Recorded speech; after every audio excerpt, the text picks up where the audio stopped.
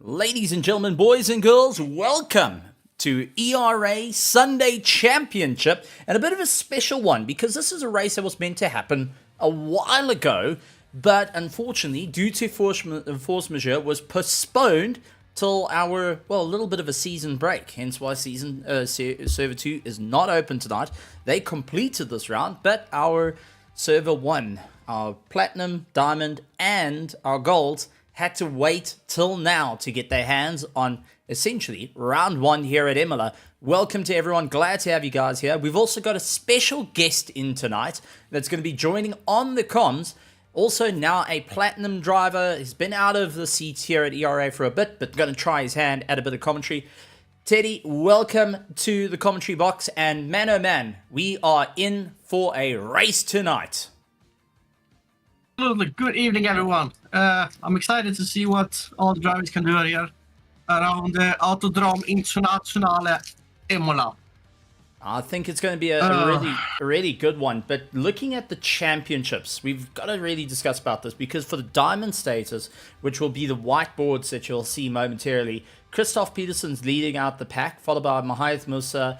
Then we've got Chris Wall lying in 3rd place, Ernest Lundbriggs lying in 4th, Darius running in 5th place, Jude Neville in 6th, 7th, Michael Castro, Sean Scooter, Jake Holden is running in 9th, Paul Fenter in 10th, Stephen Milano James in 11th, and Glenn Smith in 12th. But with Mahath Musa on 18 points, with Christoph Peterson currently on 20 points, we'll have to see how that turns. Platinum, we've got Christian Goch out in 1st place, Christian Fengler in 2nd place, who we know with reports, unfortunately, will not be in the car tonight, so he's going to sacrifice a few points here tonight at Imola. And Teddy, that is a big hit to the system. Despite having a drop round, it's very risky to have one race, unfortunately, out of the car. Of course it is. Every race, obviously, is important for the championship because it's so close.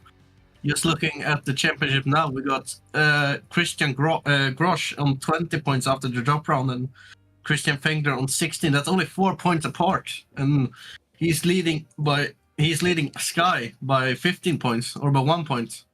He's currently on 15. So there's only 5 points apart top 3 in the Platinum Championship. So obviously every round counts.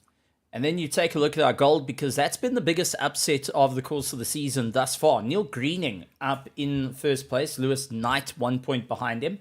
Followed by Flynn Van Holland, Richard Oakes, Liam Smith, Matt Gale, Milian Starkov, Nicholas Porras, along with Thomas Hagen, Federico Calgero, Damian Maroney, Pontus Bowden, and Linus Anderson.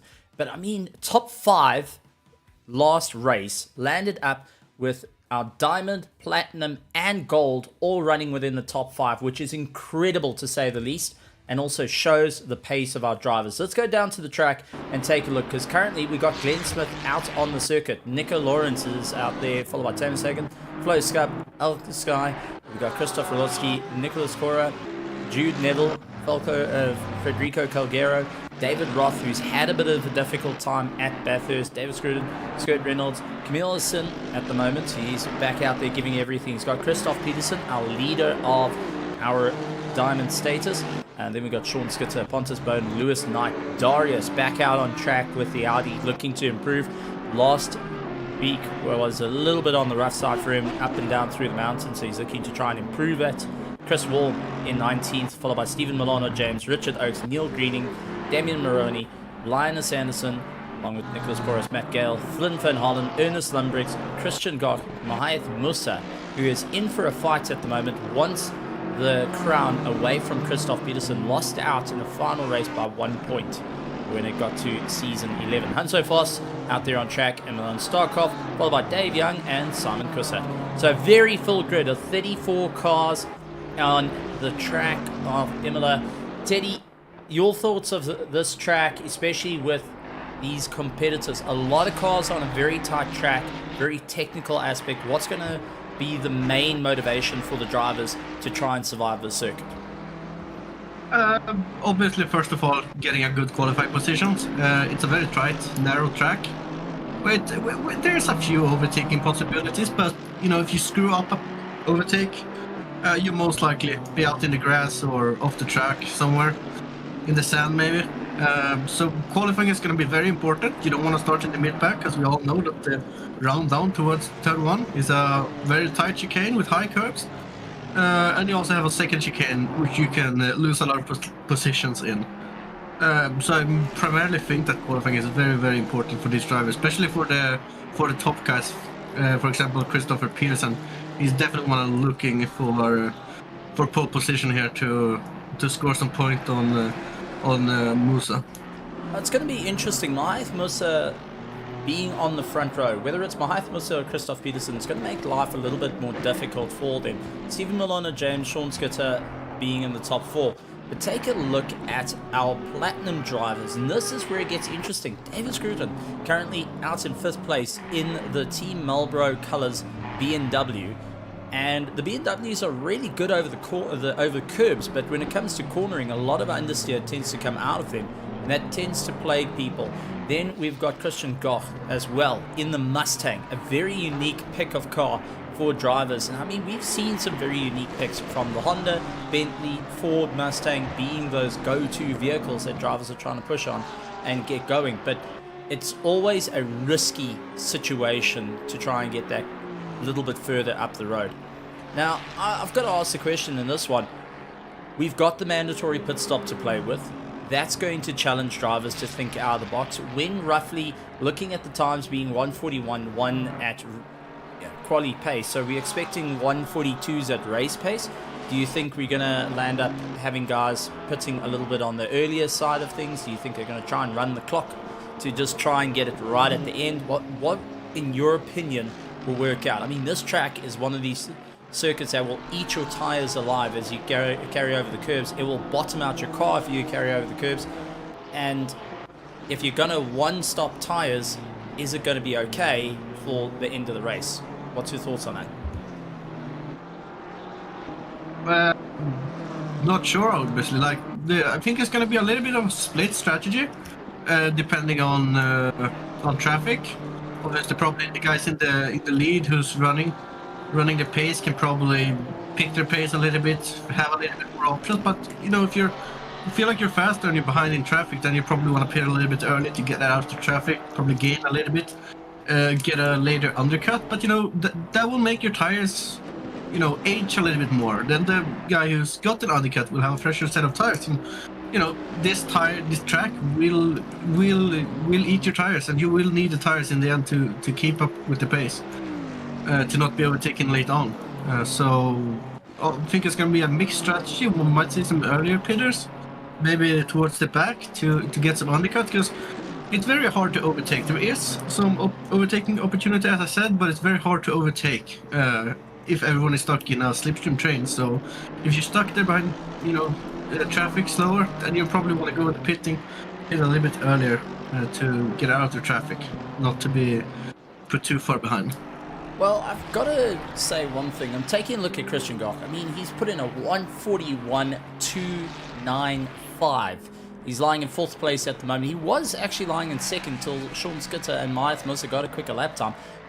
So quite close to Christoph Peterson's fastest lap of a 1:40.9, which is very, very impressive. But Christian Goch in a Mustang as a platinum driver, taking the front, the fight to the front end of the field, really showing off what he can do. And it does show you the difference between platinum and the diamond drivers is actually getting smaller and smaller. The spacing between skill levels is getting smaller, and that's just what's getting grand. It's nice to see the development of drivers during the course of the training sessions that go out during the course of the week, and also how the skills of the drivers as they're getting out there on the track. You as a platinum driver, I'm sure, is taking a look at the drivers and going, well, this is what the type of fight we want to see. Those top end of the platinum challenging the diamonds, who will then eventually soon be moving on to diamonds. So this is good showing for a lot of them. What's your thoughts onto that? Yeah, absolutely. I mean, the closer the racing, the tighter the times, the better, you know. But then you gotta think about this. Do you wanna risk fighting with diamond drivers when you're like alone, platinum? If you look at Grosh, he knows that Fengler is not gonna drive, so it's gonna have a little bit of a buffer. And then if you look at the guy in P3, that's Ike Sky, who is currently down in P14. So there's a couple of positions between those two. So he'll probably look at that and maybe calm himself down. Don't need to go for everything, but you know, he obviously still wants to go as fast as possible. That's absolutely. It's always that try and push the bar a little bit more. But Stephen Milano James up into first place with a 1 minute 40.902, only 10 milliseconds off is Christoph Peterson. I mean, that is incredible. I mean, 25 milliseconds for Sean Skitter and 63 milliseconds for Mahath Musa. I mean, that is incredibly tight at the top, all sitting in the 140, all under 100 of a millisecond behind one another. That is just mind-boggling, but it tells you how close this race can be. The driver's willing to push that little bit more, and yes, this is that quality trim. This is low fuel. Get those tires up to temperature as fast as possible. You're not worrying about heat cycles, but everyone showing that they can push that little bit more really does tell the tale of how they're wanting to make this race count for them, considering this would count a lot for the points in the championship. It was a force majeure that round one was postponed till now, but we're in for a huge amount of fun by the looks of it. Flo Scub also looking to try and improve his time. He's lying in 8th place. Ernest Lundberg sits ahead of him. He's currently 0.2 up in his last lap time, sitting in the old 488 Ferrari Evo. I mean, that really is a great little piece of car, a older car that has been pretty much left out by ACC as they moved on to the Ferrari 296, and Ernest is showing that there's still a lot of life in the Ferrari that can fight up towards the top. Unlike the likes of Sean Skitter, who's in the Aston Martin, that gets usually updated. The Honda, not so much. Christoph Peterson's Honda is also one of those forgotten relics of one's past, but he's showing that it's got quite a bit of kick to it. Only 0.1 of a second up through the through the last sector. He was a little bit quicker than the rest. He's now matching his sector times as they make their way through to Variante 1 and Variante 2. And it's going to be hard on the brakes, try and carry a lot of momentum here. The Honda really likes to chew up its rear tires, and you've got to be so careful about it. Christoph really laying onto the gas, gets a little bit more acceleration. Is this going to be enough, though, to beat Stephen Milano James? He has to beat that 140.902, comes across the line, and does so with a 140.885 as he comes absolutely blistering around the circuit. Sean Skitter trying to pick up the pace. Mahath Musa trying to find some time. Ernest Lundberg's Christian Goch as well, trying to find that little bit of momentum underneath him. Other cars are currently up on their lap times. Richard Oakes in the rusty Porsche. I've got to say, I love the color scheme on that car. Just beautiful to say. It's something unique. Everyone's got these bright colors, multi-livery, and that's a Porsche that definitely has been left outside. And honestly, carbon fiber to have a bit of rust on it's always a little funny for anyone that's doing a bit of engineering there. But gotta say, creativity coming out this season in absolute buckets. What's your thoughts on that? Absolutely. You know, we would love to see different kind of liveries, and I also do love the rusty old Porsche. To see everyone's creation with the livery and all different cars as well. I like it, absolutely. Well, everyone trying to push that a little bit harder. So far, our golds have been also sitting with some really good times. Nicholas Boris currently leading out all our golds. Will be starting in 14th unless he can pick up the pace or have any of the drivers usurp him. I don't think that's going to be possible. Lewis Knight still sitting in the pits. And Neil Greening trying to pick up the pace as well. Darius way down the order. Not often we get to see him lying at 15th position. Maybe a top 10 coming up. There we go. Up into 8th. 0.5 faster on that last sector. Saved him. And now he managed to get that 1:41.320. Absolutely on the limit of the car. And you can see it instantly snap out soon as there was just a bit of aero wash underneath it. Took the pressure off the nose. And unfortunately threw the car into the corner. Battling out there. Ike Sky in 17th, trying to go and close up the gap as fast as possible. 0.4 up on his best lap time. Gets across the line, puts himself just shy of the top 10. He puts himself into 12th place for the start. Neil Greening trying to give it horns as well. He's 0.3 up, but went and crossed over. And unfortunately, that is going to get caught out in the running and unfortunately eliminate the time. David Roth in the Mercedes trying to get a little bit more of a run. And Christoph Rolotsky in the Lamborghini. But taking a look over to our virtual grandstands, I can see there is a big sign saying "Go Front Engine Homies." That looks to be Afrit Samo who's going and sending a big shout out there. Very good to see our virtual grandstands, everyone looking to have a bit of fun. And Freddie going and saying, "Hope for a good race." So it's always good to see drivers, teams, and even our virtual grandstands coming alive to see all the racing action happening here tonight. It's going to be a bit of a wild one. Now, the start of the race, very, very crucial on how everyone's going to go through it. A little bit of tiptoeing, but the Constantina effect into T1 is the concern. You're going to have to brake way, way later. I mean, you're looking at braking at the 300 meter mark and eventually having the entire field swamping you. I mean, this is going to be a rough time to think about what the drivers are going to have to look at realistically as they start to finish up their qualifying times of what is needed to keep up that little bit of momentum, what is needed to stay alive, and where can they keep the tires going, because the last thing you want to do is off the start of the race, flat spot your tires.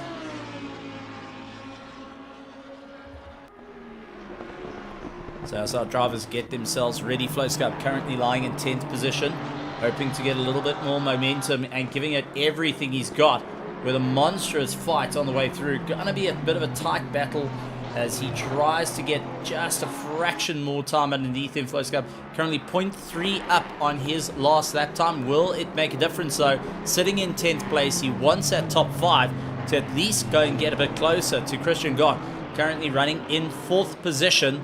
Maeth Musa down in 5th. But Flowscup trying to pick up that little bit more pace, carrying a lot of momentum now into the slipstream of one of our BMWs. Snaps around the outside, hard braking into the first corner, and now gonna really give it horns. Left-hander, and now it's just flat out the whole way. Do not lift, 0.2 of a second up. Is this going to be enough to move him into that top 5 as he comes shooting across the line?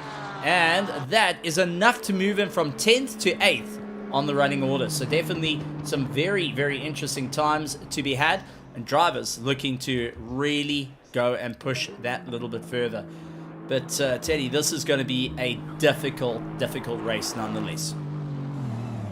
Definitely, absolutely. I'm just looking there at Peterson times, 40.5, very, very quick. Definitely the driver to beat here, as always, is super quick. But it's very tight still in the top 10, so we got second within top 10. And it's only like a 10th between each driver, so that's really fun to see. I definitely think that Musa is going to be aggressive and not to make Peterson run away with this race. And it's also going to be interesting to see what Grosh can do from that P5 position.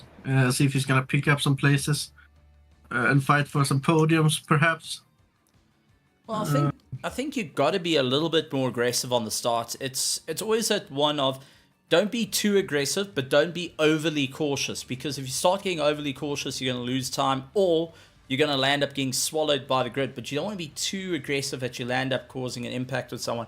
It's a bit of a difficult twofold battle, I think, that drivers are going to have to go for, especially with a 1 hour race time to it. Absolutely. You know, you got 60 minutes to make up ground, so don't need to do everything in turn 1, but still can't be overly cautious and lose 10 positions on lap 1. You know, that's the mental side of it is worse than physical side of it, obviously, because you want to be gaining places going forward. But if you lose one position, it's not the end of the world. It's just And all about staying consistent and alive on the track. now I've got to ask the good question, and this actually goes out to you guys in the virtual grandstands as well. What car do you think is going to favor Imola the most? So far, the front end of the field is a bit uncertain because we have a Honda, which is a mid-engine. We've got a BMW in second, which is front engine. We've got a Ferrari, mid-engine. We've got an Aston Martin, front engine. We've got a Mustang, front engine. Lying in fifth, we got sixth place is a Ferrari, mid-engine. Seventh, Mercedes. Eighth, front engine, Aston Martin. Ninth, Audi, mid-engine. 10, BMW, front engine. I mean, what car do you think will have the advantage on the circuit? Because it looks like all manufacturers, all engine displacements, all have the same idea in moving forward. And this is going to make things rather difficult for drivers to look at the situations. But out there, to our virtual grandstands and to yourself, Teddy, who do you think is going to have the run here? It's very, very hard to predict. For my prediction, I think that Peterson is going to get the launch, obviously, as the inside line. But I also think that James, the 296, will probably get a run on Musa, maybe, because he has the inside line. He can break a little bit later. He can be a little bit more aggressive. But also Musa, he has the BMW. He can take some curbs, so he can maybe throw it around the outside. But always, going too wide through turn one, that will lose you a lot of time towards the position ahead. So if Peterson gets a clean run and the other two go side by side behind, Peterson will gain a huge amount of time, which is not helping none of them. But it's interesting. We'll see how the launch gets. What do you think will happen? I don't know. I'm really trying to take a look. Peterson can have a run, but if he gets caught sleeping, that's a difficult one. But taking a look at our success penalties are being handed out to the drivers, like Mahayath Musa has got 15 seconds. He has to serve on his pit stop. Christian Goch has got 15 seconds. Stephen Milano James has got 15 seconds.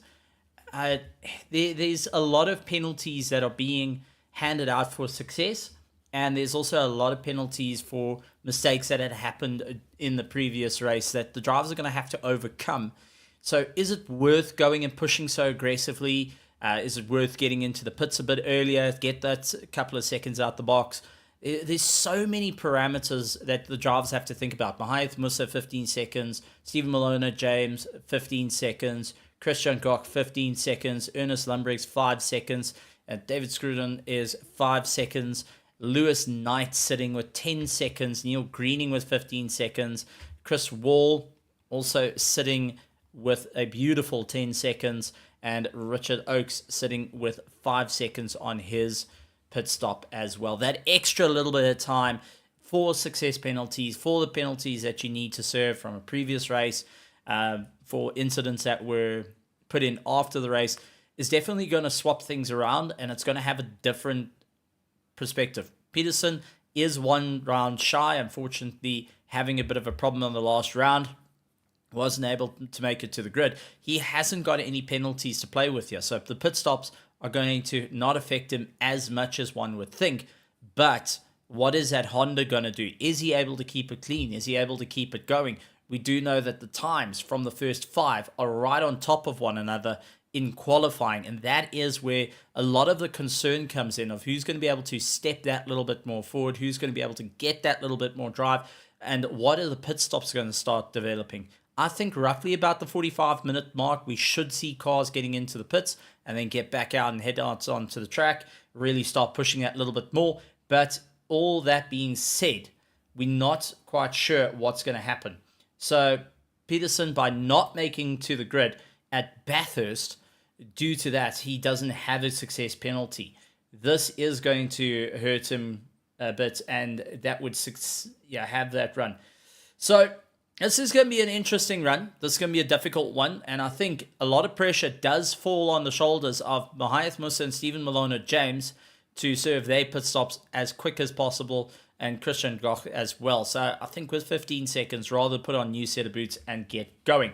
So Let's take a look at our starting grid, because this is about to get very, very interesting and see who will be able to take it to the top. So, welcome, ladies and gentlemen, to the ERA Sunday Championship. The postponed round 1 is now happening here tonight. Christoph Peterson out in first place, Mahaith Musa in second, Stephen Milano James, followed by Sean Skitter, Christian Goff, Ernest Lumbriggs, Jude Neville, Flo Scup, and Darius heading in 9th place. 10th is David Scroton, along with Camille Hassan, Ike Sky, Glenn Smith, Hanzo Foss, Skurt Reynolds, Nicholas Poros, Lewis Knight, Neil Greening, Simon Kussat, David Roth, Christoph Rolotsky, Nico Lawrence, Dave Young, Chris Wall, Flynn Van Holland, Richard Oakes, Federico Calgero, Damian Moroni, Pontus Bowden, Milan Starkov, Linus Anderson, Thomas Hagen, Matt Guile, Nicholas Cora, and Sebastian Robertson rounding out our field. And a special shout out has to go to our Server 2 drivers and viewers. A massive welcome to you guys. Glad to have you here. Welcome to Server 1. Welcome to the Diamond, Platinum, and Gold class racing.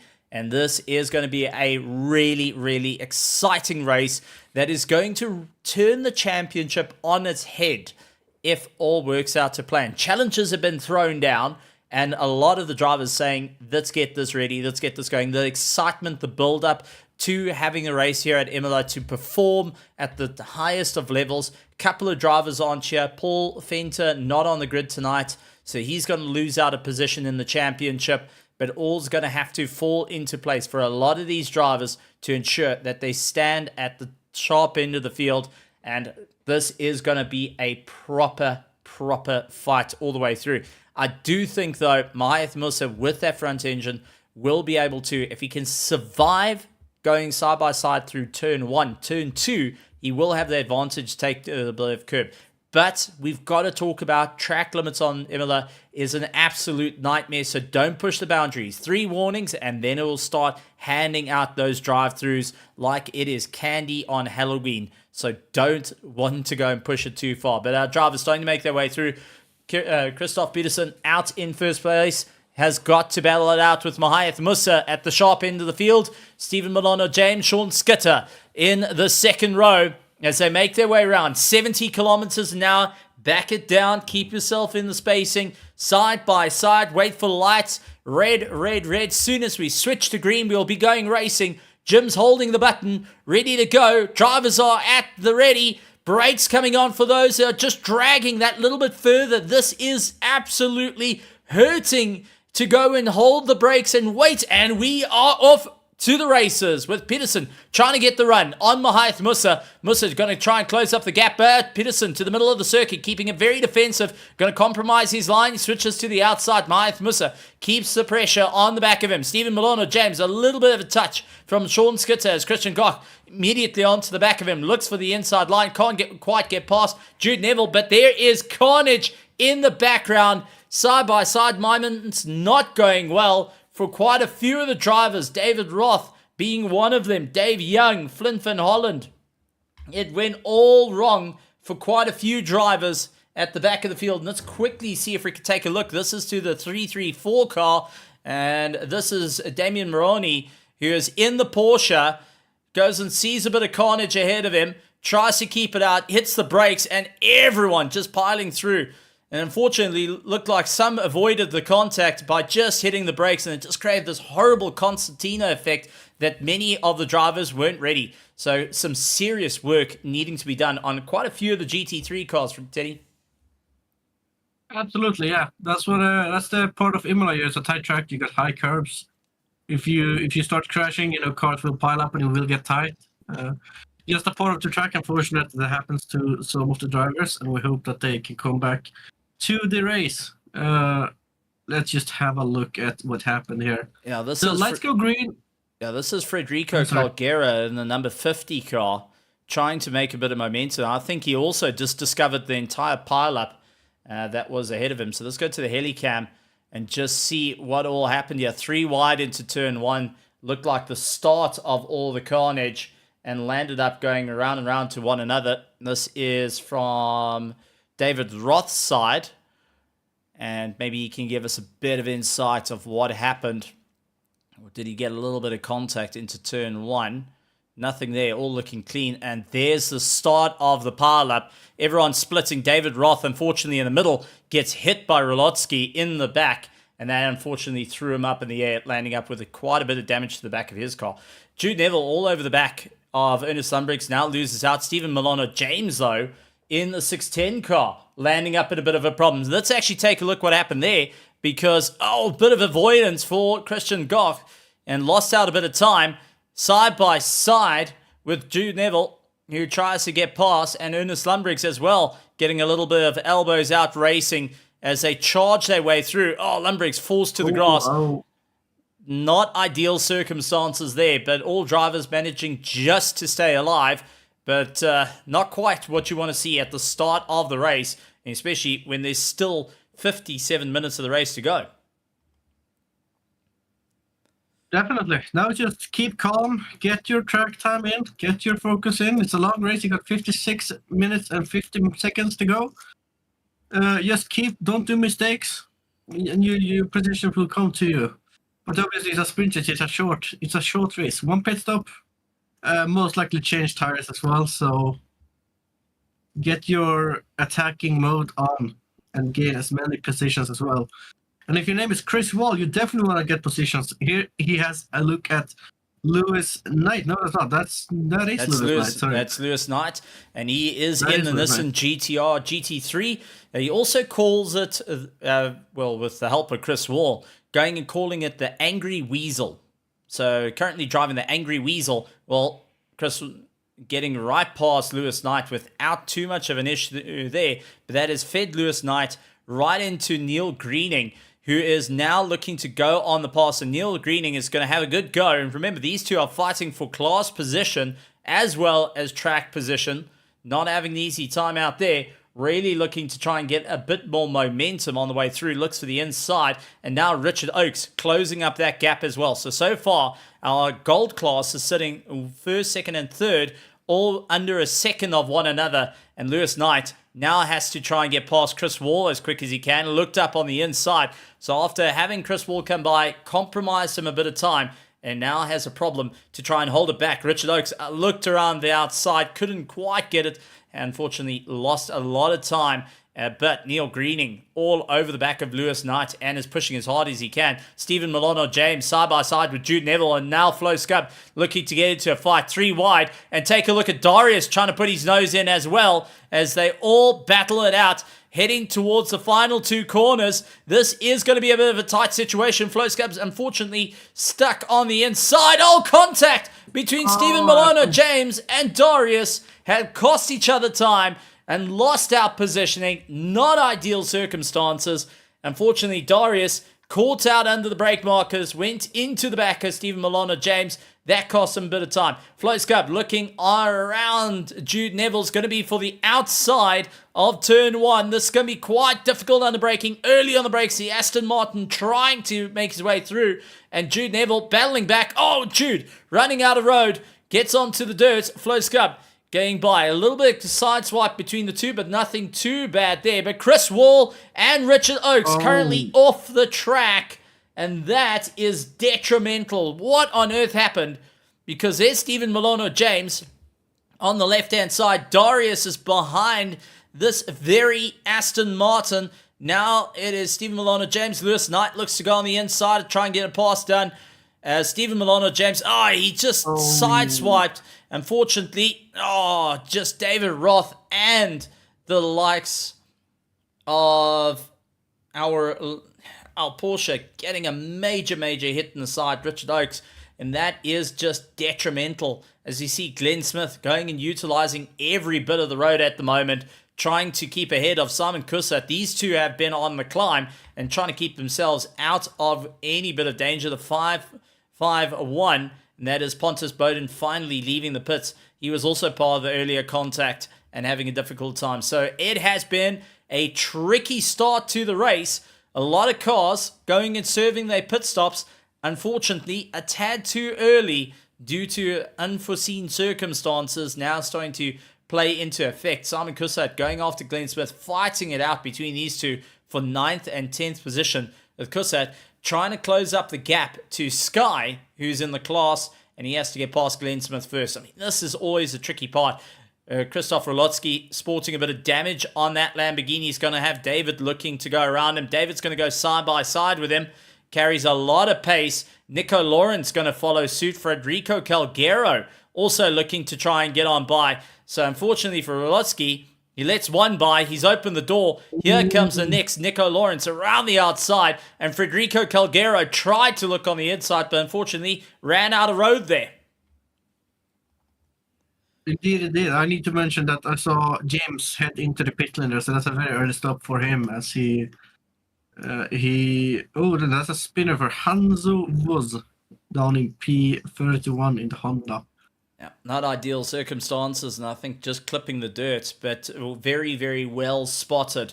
And I think that is from the damage early on. But take a look at David Roth's car. He is trying to carry a bit of damage. He's got Nicholas Cora, who seems to have a little less damage on his Merc compared to David ahead of him. But David Scruton, though, in the Marlboro BMW, putting a lot of pressure onto the back of Nicholas, who's going to try and have a look. And David tries for the inside line.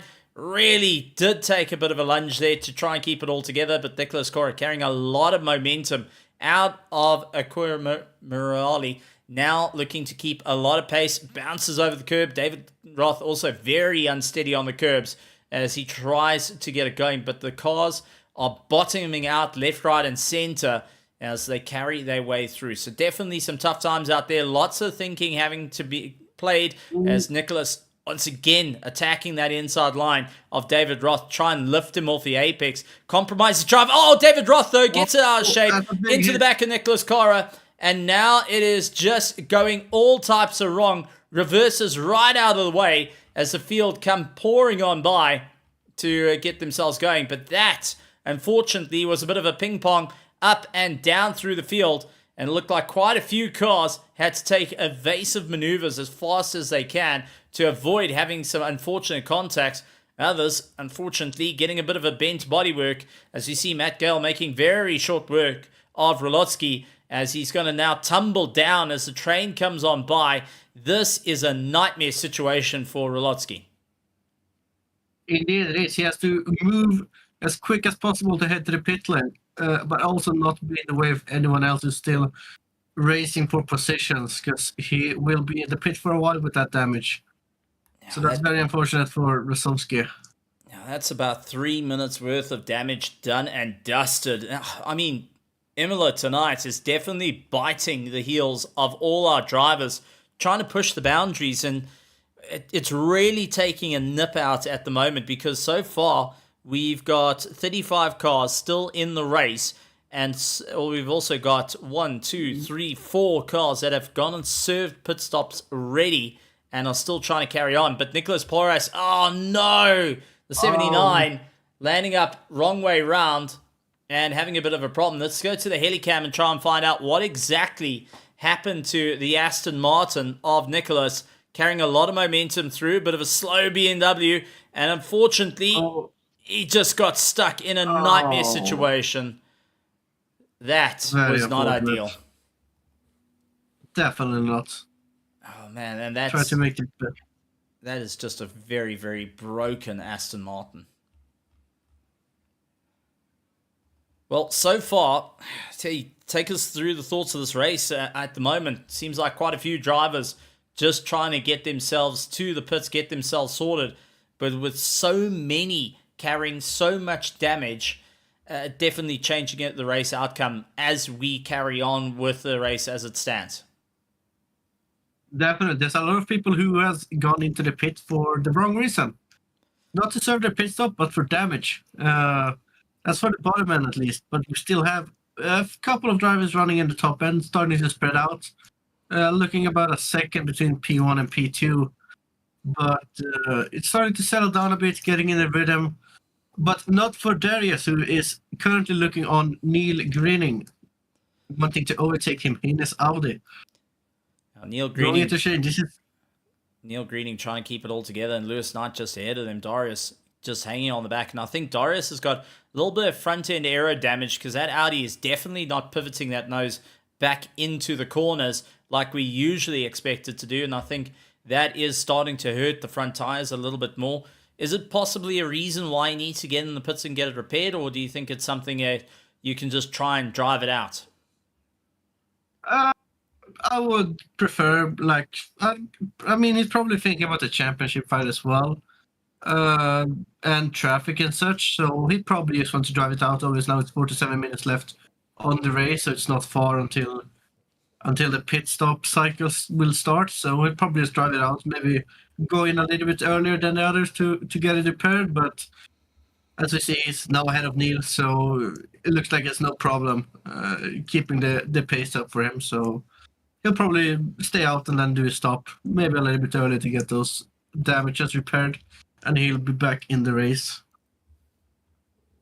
It's going to be an interesting one. Well, so far, 47 minutes to go. Christoph Peterson leading out the pack with Mahias Musa, not giving him too much breathing room at the moment, currently lying in second place. Third, Sean Skitter, along with Christian Goch. Ernest Lundbrig's Flo Scub. Running in 6th, 7th is Jude Neville, followed by Ike Sky, Glenn Smith, Simon Kussert, Lewis Knight, Darius running in 12th place, Neil Greening trying to close up that gap, Damian Moroni, Nicholas Cora still out on track, trying to push a little bit harder, David Scruton, Thomas Hagen, Matt Gale, Dave Young now closing up that gap to Matt as quick as he can, Finn Flynn Holland, Nico Lawrence, Federico Calgero running in 22nd, Skurt Reynolds in 23rd, 24th is Linus Anderson as he loses out a bit of time, and that's Stephen Milano James trying to make on by. A little bit of side-on contact with the two, and Stephen getting his way past. Milan Sarkov in 25th, 26th is Hanzo Foss, Sebastian Robertson in the pit lane, Richard Oakes in 28th, Chris Wall in 29th, Stephen Milano James currently in 30th position, trying to unlap himself. Christoph Wolodzki in 31st, 32nd, Pontus Bowden, along with Nicholas Porras now leaving the pit lane with David Roth lying in 34th position, trying to close up the gap. So still a lot of drivers trying to throw their hats into the ring at the moment, but Matt Gale battling out to deal with Dave Young on the back of him, Finn Van Holland doing everything he can to keep the pressure up, and Nico Lawrence is only a sneeze by to try and get that pass. Darius losing out of position as he sees Lewis Knight gone off track, so Lewis Knight gets fed into the back, and now here comes Neil Greening. We may see a position change. Yes, it is. Neil Greening now taking ahead of the Golds. Looks to carry on, but we do have a bit of a problem. Matt Gale lands up very, very broken. Oh, and has a McLaren into the door as well, just to add insult to injury there. Not ideal circumstances. Let's quickly take a look at the Helicam, because Matt Gale had a huge, huge problem with one of the logistical nightmare cars, and I think that is the... Which car is that? Oh, man, just a contact on the rear, bounced him off the wall, came back. Oh, nowhere to go, unfortunately, and some very, very harsh contact that landed up going and putting him... I mean, it's one of those just catches you at the right angle and you become a passenger in your own car. With the TC constantly leaning on itself, you're trying to get out of a slow slide, and at the same time, when the tires grip up, it's going one way, and unfortunately, you're the passenger still in the situation. Definitely, that's very unfortunate. Nothing really you can do about that. It's just unlucky that it happened, and you've been caught up with it. So, yeah, stuff that's happened. You have no real control on the grass, and then he spins over the track. So, very unfortunate. Well, I can tell you, Stewards are going to be rather busy with this one, but Nicholas Cora looking up on the inside of Damien. Now it's going to be on the outside, heading into turn one. Has he got the legs over the Porsche? Nicholas Cora trying to get that little bit of momentum late on the anchors. Trail breaks it through. Damian Moroni goes and closes up as David tried taking a look on him. Couldn't quite get that pass done. Really keeps the hammer down. Runs out a little bit wide, following the toe. And you can see instantly trying to get out and keep that slipstream. But Damian Moroni giving him the room. So Damien actually giving quite a bit of room there is costing him a huge amount of time in this race. And I wonder if that's a little bit of damage on the car that he's just not happy with it to keep it going. As we see Federico Calgero and Matt Gale, they are still fighting out. Finn Van Holland, who is unfortunately T-boning the likes of Matt Gale, trying to limp that Porsche around with Hanzo Voss onto the back of him. Milan Stokov a little bit further back as well. So still a lot of movement happening at the back end of the field. But what's happening at the front so far, Christoph Peterson getting caught out behind a couple of the back markers. Mahath Musa hoping that he's not going to get caught out behind a McLaren. And I don't think he's going to have that in his favor heading into turn one. He gets caught up, having to really bail out a little bit against the 551 car of Pontus Bowden. He's just trying to keep the momentum at this point. He does mind out of the way from Mahath Musa, but that definitely gave Mahath Musa a little bit of a lose out of time against Christoph Peterson. That's now starting to open up that gap just a little more on the run through. Matt Gale with a huge amount of damage on the car. Flynn van Holland immediately trying to come back on the attack as they fight it out for 23rd and 22nd position. Neil Greening actually having a bit of contact as well. Here comes Richard Oakes. That I think he had a bit of contact. Yes, he did with Richard Oakes. Comes across the front of the nose of the Porsche just to try and get himself back onto the racing line. So drivers are really trying to push the limits of what they can do here. But things can hurt as Hanso Voss gets past Finn van Holland. Matt Gale now into the pits, getting a bit of work done to that Mustang after multiple contacts and having to straighten the panel out with a bit of a hammer, a plunger, and a whole lot of good luck. It's going to be a lot of elbow grease there, but Milan Starkov straight lining against Flynn van Holland, but couldn't make it through the corner. He's going to try and keep the inside line, and unfortunately, the little Porsche, having a lot more low-end torque over the BMW through the corners, was able to get out and get going despite the damage. Flynn van Holland is doing everything he can to keep that little car going and staying ahead with just shy of that top 20 at the moment. It is. We can see some cars peeling in for the pit lane now around the 40-minute mark. There's not a lot, but there's a few. I will probably spice things up a bit, see if other people will respond to that, not to get undercut, or if they will continue with the race. And we see Nicola Correa is going to make a move on... Who is that? So that's trying to get past Richard Oakes, who's a lap-down vehicle. Okay. And then you got David, who's actually fighting Nicholas, was also closing up the gap. So for Nicholas, it was do or die to try and get past. But David immediately started putting pressure with the BMW, looking for any way to get by. Unfortunately, couldn't get the job done as yet. Tried boxing him in, but Nicholas managed to get the nose in. And Richard Oakes giving a little bit of a yield allowed that to happen. So David's going to go immediately back on the attack to Nicholas Cora as they fight it out for 13th and 14th position respectively. And so far, Nicholas is keeping the car going. Richard Oakes actually closing up the gap to David Scruton ahead of him and will be pushing as hard as he can.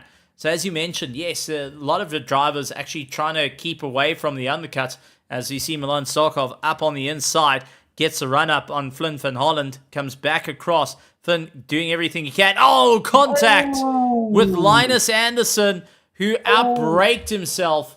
And unfortunately, that landed up in a huge amount of pain. Let's go to the helmet cam and take a look at this. And Teddy, I mean, this is just a nightmare situation. But unfortunately, if you miss the brake mark about 5 meters, it's pretty much that done and dusted. Your take on this? Definitely. He can see he's coming down towards the inside car, coming out of the pit lane. He brake. It definitely wasn't intentional to send it, but it did. He couldn't back out of it, and it hit the Porsche, who spins the wrong way around. Very close to the racing line there. See if he gets away. He does. Yeah, so, I mean, that's just unfortunate, you know. Sends it too late and then commits to the corner and then, you know. Yeah, unfortunately, Christmas is still a couple of days away. You can't really send it in the post like that too early on. And that's definitely not a way to punch your ticket to the top. Well, it did punch something, though.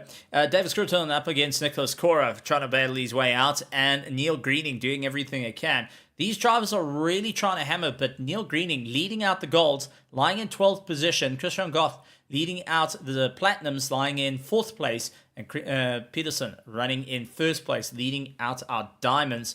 It's a bit of a change all over. You can't really tell who's going to end where at the moment, as it seems like many of the drivers have a variety of strategies. Those had to change their strategies during the start of the race due to various contacts. But this is now starting to develop. We're so far from 25th down, we have got drivers in the pits. and getting themselves ready to go out. So from about 24th, I do apologize, right the way down to 34th, we has lost a few drivers due to unfortunate contacts, as we do see Nicholas going and venturing off into the distance, wanting to see the Italian countryside a little bit too much there. Does it once again. That opens up for David to have a go at him. David trying to carry a lot of momentum through as they fight their way on. Chris Wall keeping the pressure on Richard Oakes now, trying to make his way by. Richard getting a little bit more defensive and holding that middle line on the way through. But 37 minutes to go, and so far, from 23rd upwards, still yet to get themselves going. Thomas Hagen, unfortunately, getting himself turned around, facing the wrong way, and still sporting one of our fantastic liveries, and that is a tribute to Dean, and rest in peace, Dean. But it's good to see the driver still showing that contact, that emotional contact to a fallen driver who lost his life last week due to cancer. Rests in our heart. He's in our hearts and our minds constantly. The race for Dean will be an annual event that will be held here at ERA, and honestly, a very, very fantastic way to honor a driver that is one of the few drivers, well, is our very first entrant into the elite class here at ERA. And it's a class that the only way you get in is just by being that extra special person. And ERA honors by having the class of elite for them. And our first entrant to that is Dean Hyde. Definitely, so, we all think about him, thoughts go to him and his family, and it's obviously very, very sad, and we all think about him. Well, let's talk about something a bit on the interesting side here, because hey, there is quite a few little bits happening. So biggest gains and losses. If you had to take what is the highest amount of gains during the course of this race from start till now, what would you say that is? So, well, I mean, obviously, a very good thing for the highest. Peterson, he's out there running. We got 1.2 seconds between the top two. Obviously, that will change with the success penalty that P2 Mosa has. So, but obviously the lows, yeah, we've seen a lot of crashing and bagging. So that's very, very unfortunate for the drivers. But that's just how it is. Okay. Something that might be high is Nicola Correa. Probably a little bit too far to send it from there, but if you got balls of steel, you can do it, and he doesn't have balls of steel, so he doesn't do it. Well, very, very smart move from Nicola. Nicola Correa has actually moved up 21 positions from the start of the race. Started in 34th and now is in 13th. So 21 positions up. He is the highest of those that have gained position. Second to that is Thomas Hagen with 14 positions. Damian Maroney with 13 positions. Then we've got Federico Calgero with 11 positions. Milan Starkov with 11 positions as they make their way through. Linus Anderson, 10 positions up from where he started. Sebastian Rebsam, 11 positions up as well. So there has been some very, very big gains. But Stephen Milano James, by far, has lost the most amount of positions. Started in third, is now in 29th, which means he has lost 26 positions from the start of the race. And that is just, unfortunately, due to a variety of unfortunate circumstances that put him way down through the field. Not once, not twice, but 3 times he had some serious damage on his car, and really having to think out what can be that extra bit of climb, what's needing to be done. But that will definitely bite the confidence of the drivers on the way through. As we see Christoph Rolotsky, who's trying to put his incidents aside. He's chasing down Matt Guile, who also had a tough time out on the track. Very close between the two of them. Nico Lawrence now leaving the pits. Misses out to Lewis Knight as we saw him come by. Darius is on the back of Lewis Knight. And Darius is also trying to move up through the order. David onto the back will get a run on Nicholas Cora as he fights his way through, and Darius over the back of Simon Kusat, who are fighting out for the top 10. So Simon Kusat currently in 10th position with Darius on the back of him in 11th, and Darius, also known as the sim racing James Hunt, is really showing off what he can do at the moment. trying to not be the hunt with the sea. Definitely the sim racing hunt, who is hunting him down here around Imola Looks in for his the Audi. ins. That's an interesting choice there with the Audi. It's honestly, I actually asked Darius why the Audi, because he had so much success in the 488 for season 11. If we go back to season 11, he raced the Ferrari 488 Evo 2. It had a lot of fun there. Oh, sorry, the Evo. Had a lot of fun with the car, but switched over to the likes of the Audi due to the reasoning of he felt that the Ferrari's BOP didn't work out so well. It was a very difficult car in terms of BOP. It was very overpowered.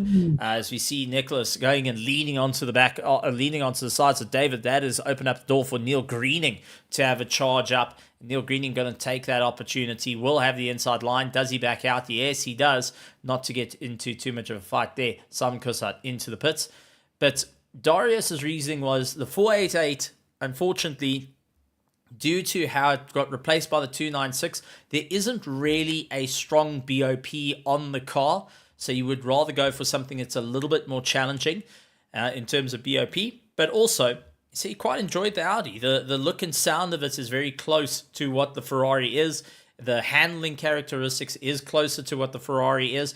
But one thing that he keeps saying is the car itself really keeps you on the edge of your toes. As Nicholas Cora keeping on the edge of his toes, lands up in the dirt. David takes a capitalizing moment, and Neil Greening tried to look for that pass, couldn't quite get it all hooked in, as we see Chris Wall hanging on the back, and Chris Wall is a little bit further down. He's a 23rd position, and Neil Greening opens up the door, allows Chris to get on by. They're going to hopefully use Chris maybe as a battering ram to try and get past Nicholas Cora and David Scrudon at the moment, trying to shift things around. Linus Anderson on Milan Starkov, 28th and 29th position, still having a good go at one another. But Simon Kussart into the pits. That means our 19 and down have done their required pit stops needed for this race. Some not planned, but with 31 minutes to go, I reckon these drivers are going to push it right till the 18-minute mark to then get their pit stops done and dust.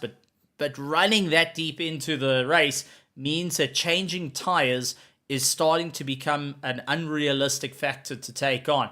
And for Christoph Peterson and Mahath Musa, who have been pushing all race to keep up the pace and also keep each other on the toes, is that something that you need? Oh, man. But we spoke about what the track does in terms of track limits, and Nicholas Cora getting that in the run. He gets a drive-through penalty, which means he's going to get into the pits not once but twice. And remember, he's still got that critical damage to the front end of his car that needs to be sorted. That is going to lose out the top 10 hopes by any means necessary. Fighting for a top 20 is going to be the absolute push for it. I mean, a drive-through penalty, Teddy, as a driver, seeing that little bit of info coming up, having that bit of you've got a drive-through penalty, and knowing that you got one pit stop, what does it do to the confidence of a driver? Removes it. You have to do a stop like everyone else, but also know that you will lose about what is it, like 30 seconds as well. That's almost half a lap, something like that.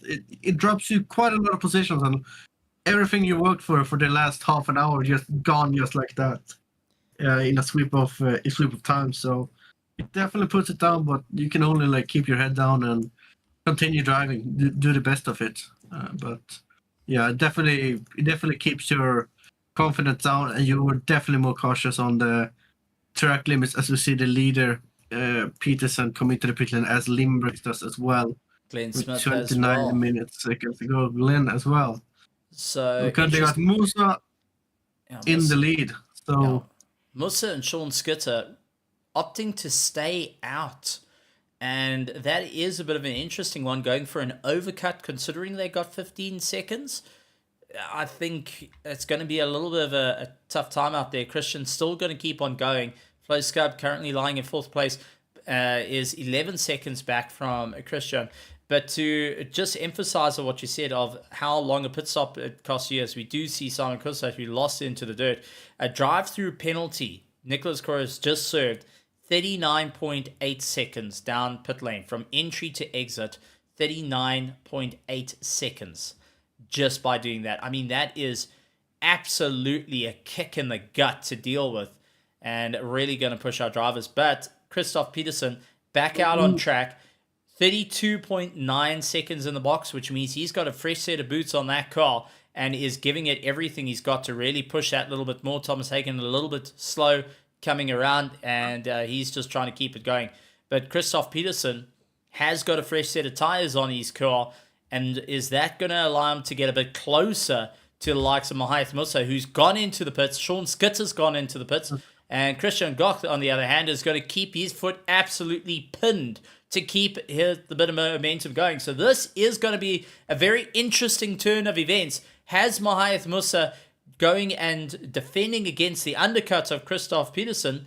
Well, we're going to have to find out, because Christoph is making up a lot of time. He's changed his tires, and it needs to keep up the momentum here. Musa is still parked along with Sean Skitter as they try and keep some form of momentum going. Glenn Smith dealing with Thomas Hagen onto the back of him, and Thomas is not backing down from the fight. And then we got Damian Moroni coming back onto the track as well to make a bit of momentum.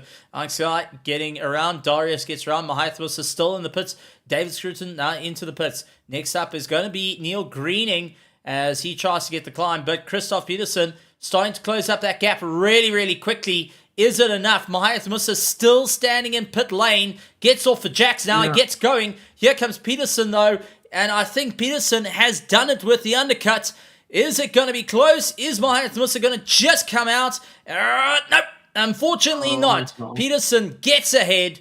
And now the undercut has worked. Musa still crawling down pit lane. Has got Sean Skitter onto the back of him.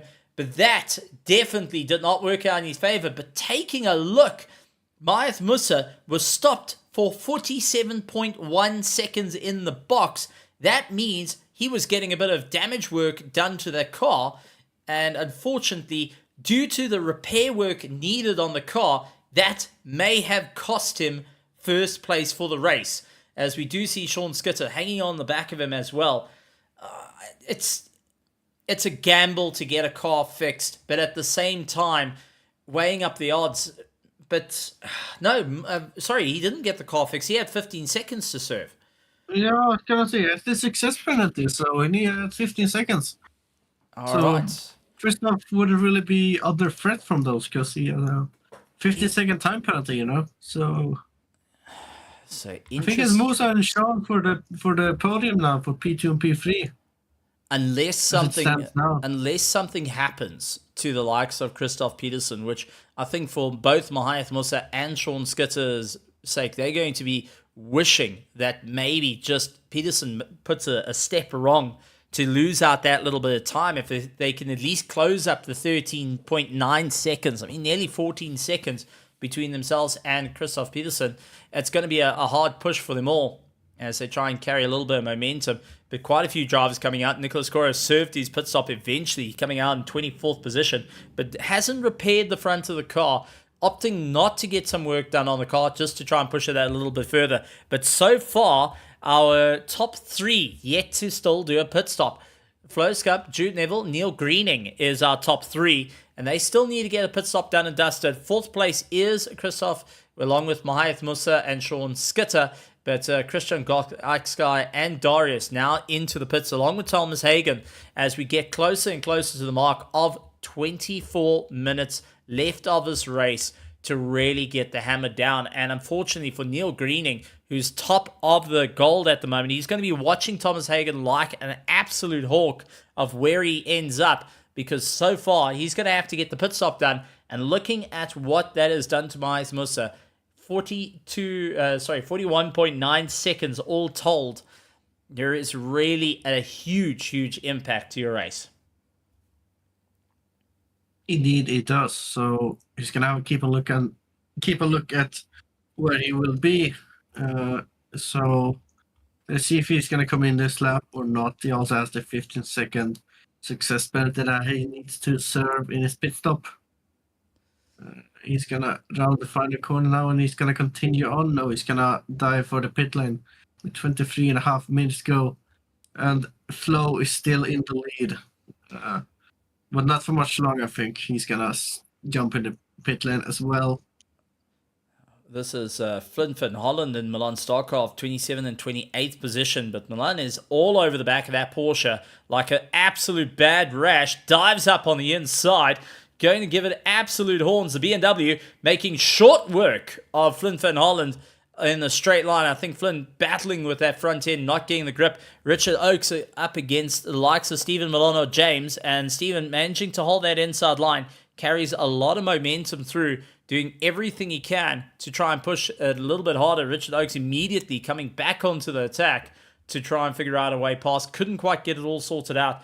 And remember, Stephen Milano James is actually sitting for our diamond class. So Richard Oakes doesn't necessarily want to fight him, but for on-track position, it will compromise him and allow the likes of Milan Starkov, who is closing up the gap and doing an incredible job nonetheless. Neil Greening now tapering down the order, is trying to get himself going before the likes of Damian Maloney, who's making his way around. And I think possibly Greening has done enough to get out and stay ahead of Damian. It's going to be hard work though, but here they come with the likes of Simon Kussert in between the two of them.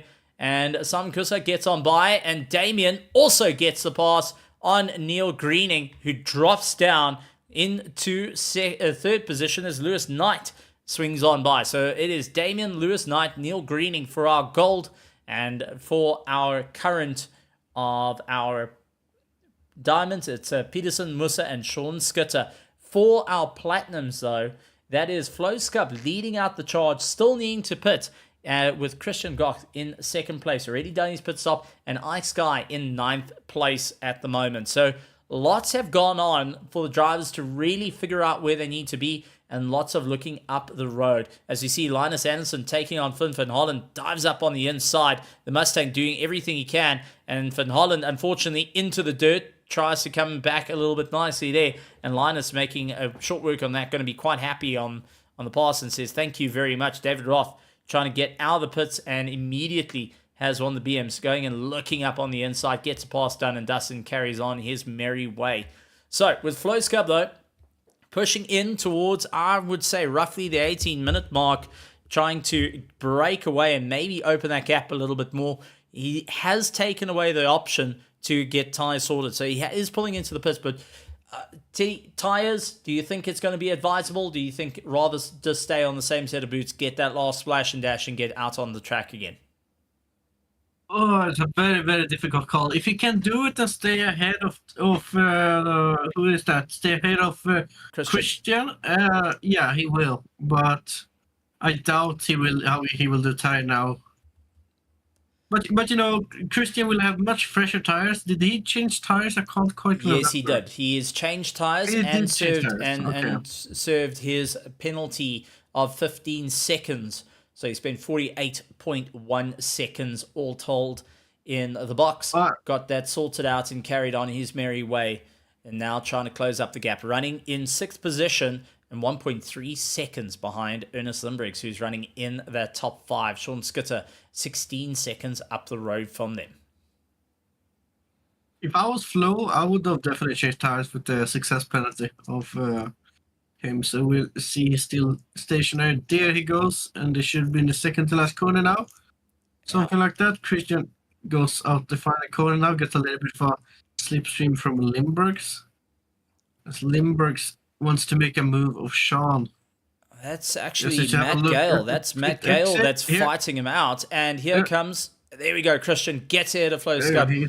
Just, but... Will he lose another one, or he is going a little bit wide back there? Christian is going to keep his position in P6 from Jude Neville.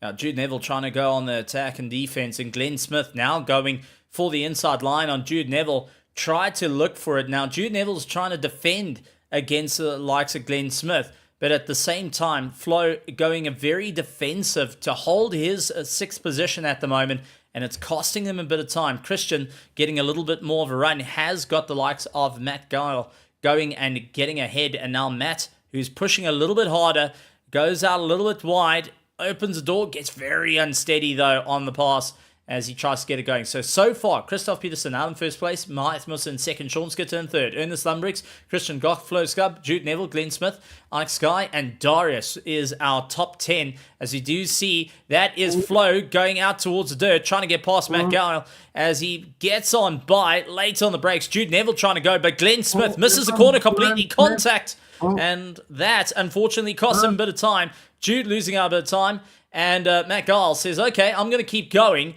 Thanks to you two, I've lost out that little bit of momentum. Glenn Smith waiting out after the contact with Jude Neville, but unfortunately, that impacted Matt Gile in a very, very bad way. As we do see a bit of a fight here. Scott Reynolds up on the inside of Dave Young, and Chris Wall immediately goes onto the attack as well as they try and make their way through. But so far, Chris Wall couldn't quite get the run on Dave Young. Dave immediately getting on the attack of Reynolds, looks up on the inside of the Mustang, second guesses it to pull himself back into check around the outside and really just giving it horns. That Aston Martin hanging on to the Mustang as hard as it can, and unfortunately the little pony is breaking away, and this is going to be a monstrous run. So Scott Reynolds keeping ahead at the moment for the Sour.gg, and is really climbing onto the anchors to slow it down. The Sail boys, unfortunately, not having an easy time out there and getting swallowed up. Dave Young losing out a lot of momentum, now has his fellow teammate in the L&R stable, Chris Wall, dives up on the inside. Dave Young trying to defend, unfortunately, nowhere to go. Nicholas Cora, though, capitalizes on the moment, gets on by, and that is our leader that is immediately onto the back of them as Christoph Peterson wants to make his way through. But Jude Neville with a drive-through penalty as well. And that will drop him out of the top 10 from 7th position. Done his pit stop. Will have to serve a drive-through penalty as well after the contact that he had with Glenn Smith. That is absolutely detrimental to one's race. And I think there's a few words being said underneath that helmet. Definitely, they are not pretty like me. Just keeping a look, want to see what the gold is. That no, that is the silver class, no? Sorry, I'm just looking there. I want to see the battle between P4 and P5? Ernest Lumbriggs and Christian Goff, who are a little bit away. Yeah, Christian Goff. Jude Neville now into the pits, serving his pit stop. That is going to allow Flowscub to retake that second place and keep the attack onto Christian Goff 1.8 seconds ahead of him up the road. And you can see in the camera shot, we have got our platinum drivers chasing each other down, doing everything they can to get that little bit more momentum. And this is going to be a bit of a tough buy for them all as they try and figure out what's going to happen. But many of the drivers going and facing the fact here that this is not an easy circuit. But with the contact that happened that changed up the race, it leaves me to wonder how many of these drivers have got warnings left to go, as we see Chris Wall going and losing a serious bit of momentum. Nicholas Cora closed up that gap rapidly, but our first place, Christoph Peterson, getting a little bit of pain on the way through, going and losing out a lot of time as he's 13 seconds ahead of Mahath Musa, but Mahath had a little bit of time to close up that gap. Simon Kussat and Jude Neville having a go at one another. Kussat in 11th position has had a good climb up, but a few rough runs. Jude Neville, who served his drive-through penalty, trying to keep up the moment. Damien Moroni and Sebastian Robson, who's on the climb as well, up into 14th place, doing a fantastic job up there. But with 14 minutes to go and still so many battles on the way through, drivers are having to really push the boundaries of what they can do. And once again, where does it leave the penalties coming in? You allowed 3 warnings before our stewards start handing out those penalties, and they are not shy to give you a once-over on the last lap. I mean, this is a circuit that thrives on really punishing you if you take the limits a little too far, Teddy. Indeed, it is. There's the thing you can take so much curb at places, but if you just take that a little bit too much curb at a certain place, stewards will be screaming at you for taking too much track limits. And it's not just one corner. You can get some track limits in turn 3. You can get it in the chicane right here on the exit. You can get it Oh, that's There, Pontus if you Bowden. go over the grass, that is Pontus going back Yeah. to the pit lane. So what happened to Pontus Bowden jumping over the curbs, got the run, and it looked like he was just trying to keep it all together. What went on with the car that forced him to tow it back to pits? And I think it was just yeah, decided to retire the car. Something not so think happy so. there, and due to mechanical flaw, something went on. Unfortunately, retiring it. Simon Coulthard losing out the run to Jude Neville, and that damage on the BMW starting to show through and become a little bit more of a hair-raising effort. Jude Neville gets into 11th, now needs to open up the gap rather quickly against Simon Coulthard, and Sebastian Robsheim is also starting to close up the gap to him as well. So still some major fighting out on the circuit. Drivers trying to push themselves that little bit more on the way through. But interesting enough, as we've got this is our platinum class, Flo Scub 1 second behind Christian. Now Flo had to serve that pit stop, get it done and dusted. But Christian landed up with a lot more time on his pit stop. He had the 15 seconds.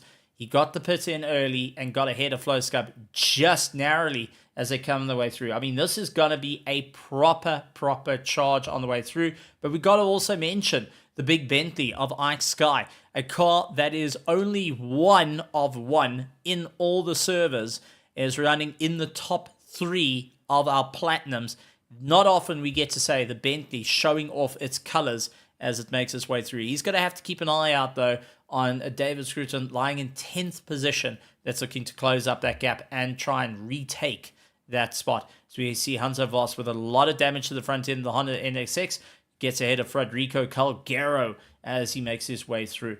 But very, very interesting turn of events for our Diamond, Platinum, and our Golds at the moment. I mean, tell you, this is something you can't even write the script because you don't know where the drivers are going to place, who's going to be able to get the run. As Sebastian has a good go at Simon, looks around the outside, switches to the inside, can't get the drive through, but his BMW has got a significant less amount of damage to it compared to Simon Coulthard, who is battling to keep it going. Very defensive lines that will compromise his drive, but at this point, he just wants to stop Sebastian from getting by. Indeed, yeah, he's trying his best, but it's very, very difficult with the front end damage. He will suffer from a lot of understeer and a lot lower minimum speed than the driver behind. Also, increase of drag on the straight, so we'll see how long he can keep him by. He'll keep him by through the chicane, luckily, or else they would have probably crashed, because side by side for there is a big no-no. Both obviously in BMW, so it's equal machinery, except for the setups. So we'll see what he can do now coming on the main straight here. He closes very much up. That's very close. They're about 2-3 tenths apart coming out of the last corner, coming on the straight. Looks like Simon was a bit wide, maybe not. He's going to pick up a toe here towards the straight and see what he can do. Simon goes wide, trying to straight line the car. Is he going to go for the inside? Is he going to go for the outside? He is looking for the outside. He's going to show him his nose. He's going to leave space. They're going to go down towards turn 1. And who's going to be later on the brakes? Going to go side by side into brake. And Simon is going to go ahead. Sebastian has to wait for another lap to make his move. Oh, also a bit unsteady as he got on the power, but Simon going very defensive lines, trying to hold back.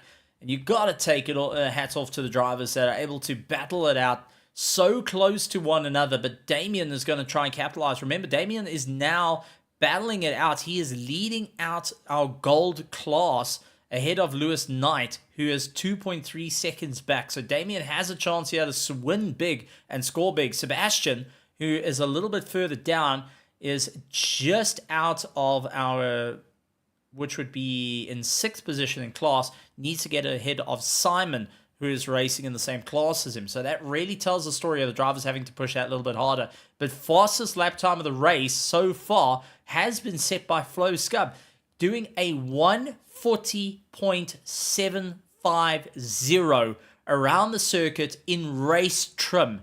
That is incredible, and that was set on his last lap, and it definitely shows as Christian is only 0.8 of a second ahead of him at the moment. Indeed. I think Christian need to change his diaper after this lap because he knows he's getting very, very close to a leading battle here between Flo and himself as they come down towards the left-hander with 8 minutes and 20 seconds to go. I think we can definitely see a battle here, and I don't think Christian is going to give it up that easy. That he might have been earlier this race. Flo has some incredible pace. This is definitely elbows out racing between the two of them, and considering they both sporting front engines, they can take those curbs. As Sebastian all over the back of Simon yet again having a good go at him, quick flash of lights, just saying, come on, I need to get on by. But Simon holding his line, rightfully slow, you can. But Stephen Milano James drive-through penalty going and being our second of our drivers scoring that drive-through penalty as Simon very slow out of the corner, holds a very defensive line, holds up that apex, and Sebastian starting to get a little bit frustrated behind him, looking to try and capitalize here. And it's always that little one of you want to be faster, you want to get past the drivers, but at the same time, you are fighting for class position and overall. So Simon has no reason to move out of the way or even lift to allow Sebastian to get on by. He has every right for the last 7 minutes to keep up the fight between them. I mean, this is going to be a proper chase between them. Nicholas Cora losing out the run to Chris Wall, though. But so far, first place, Christoph Peterson, Mahath Musa, Sean Skitter, Ernest Lundbergs, Christian Goth, Flo Scub, Glenn Smith, Ike Sky, Darius in 9th. 10th place is David Skrilla. Moving on to 11th place, Jude Neville, Simon Kursat, Sebastian Robertson, Damian Moroni, Lewis Knight, Neil Greening, Nico Lawrence, Hanso Foss, Federico Calgero, and Skurt Reynolds in 20th. Going further down, Chris Wall in 21st, Nicholas Cora. Behind him, Dave Young, Richard Oakes, Milan Starkov, Linus Anderson, Finn Van Holland, Christoph Rolotsky, and Thomas Hagen in 29th, 30th. Stephen Milano James served his drive-through penalty. Nicholas Boris in 31st, 32nd, David Roth, and Matt Giles still out on track in 33rd position. But all eyes are looking towards the sharp end of the field as Sebastian Rosam keeping the pressure up on Simon Kursat. And Simon, once again, middle of the circuit, not allowing the pass to happen. And once again, Simon putting up a brick wall defense against Sebastian, who is throwing everything at him. It is the household cat, the household dog, the pans, the kitchen sink, everything is being thrown at Simon at this point to just try and get on by, but just can't get that drive because he is slightly offline with uncertainty around the outside or the inside. No real opportunity to get on by, and Simon not putting a foot wrong at the moment in his defense. He needs to try and keep that up. And I think for Sebastian, he's hoping that Simon's tires are eventually going to give at this point, as once again goes back on the attack. Oh, a bit of contact between Simon and Sebastian. And Simon getting a little bit too boisterous down the straight, moved over a little bit, thinking there was a lot more space between himself and Sebastian. Thankfully, not too much went wrong there. Hanso Foss, though, unfortunately, a lot went wrong there. Lands up, having to return to the pits under towing for smashing the front end of his car. Not ideal circumstances for him on the run, and definitely not ideal circumstances that he wants to finish under. So hopefully they can get that car patched up and back out onto the track to really give everything they got as Sebastian chases down Simon Kursat. But at the moment, this is going to be a lot of gains towards it. Simon defending that inside line, tries to keep it going, and Sebastian around the outside, nowhere to go, over the curbs, really hammering on that throttle early on. Simon onto the dirt as they really put the power down. Simon loses out a bit of drive. Damien now looking to get past. Damien's going to go for the inside line. He's going to be on the marbles, though. Couldn't quite get under braking, and Simon Kursat lives yet another day after that, but Sebastian immediately puts it into the dirt, and Simon's going to have yet another opportunity to have the attack onto the back of him. This is turning into a bit of a wild fight, and our closest fight yet, and the train starting to build is Lewis Knight and Neil Greening, who are closing up the gap. This is to the detriment of David Maroney, who's leading our golds, is getting caught out by these two. Now has Lewis Knight and Neil Greening licking their lips and looking to properly send it on Damien ahead. If you're a hungry race car driver and your name is Lewis Knight, you will take an invitation because Sebastian and Simon is pushing it really harder together. with the two BMWs on this track late on. Well, It 3 looks like it has minutes. calmed down. 3 minutes to go, and I think this is where we're going to see either you're going to throw it all in or you're going to back all of it out.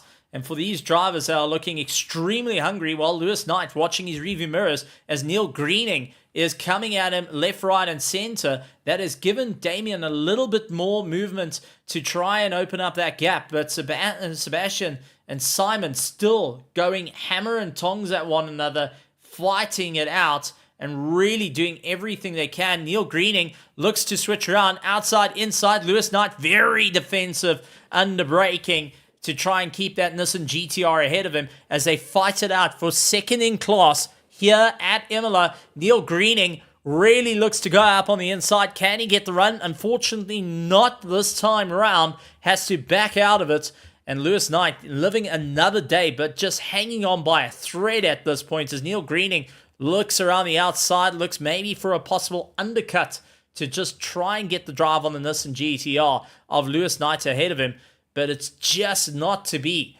I mean, this is ending closer and closer to the final stages of the race, and drivers having to really push their way through on the run. And yeah, everyone having to get that little bit more of a climb, doing everything they can to stay within the fight on the charge through. So Neil Greening, Lewis Knight are throwing down hammer and tongs at one another between it, and that is just allowing Damien that little bit more breathing room on the way through, and drivers are having to go and fight a little bit harder throughout it all. So Christoph Peterson leading out the charge. Matthias Musa 12 seconds, so he's closed up a second, but I don't think there's enough time. Sean Skitter, though, bouncing all over, is going to lose out time. Ernest Lundbrig's having a good go at him. Christian Goth, Flo Scubb, Glenn Smith on the back of him. Darius in 8th, 9th is Alex Sky. David Screwdon in 10th. 11th is Jude Neville, Sebastian Robinson, Simon Kusa, Damien Maroney, Lewis Knight, Neil Greening, Lico Lawrence.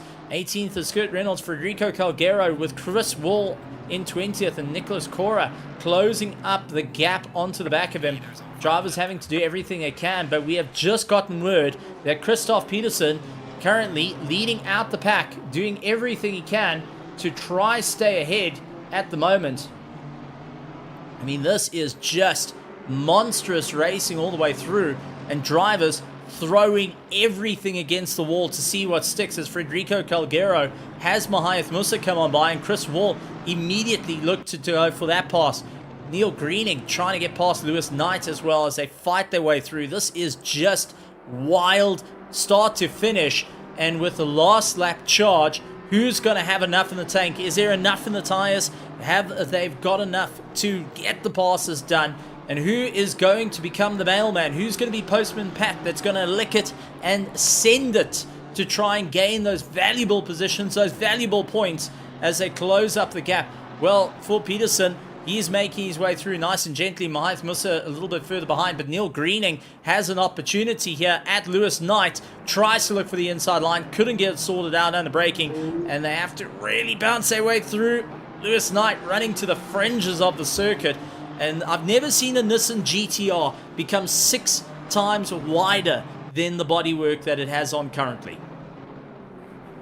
No, not. So they will get another lap of racing because Christoph Peterson is right behind them watching the battle from the first class grandstand. But here comes Greening on Lewis down the straight.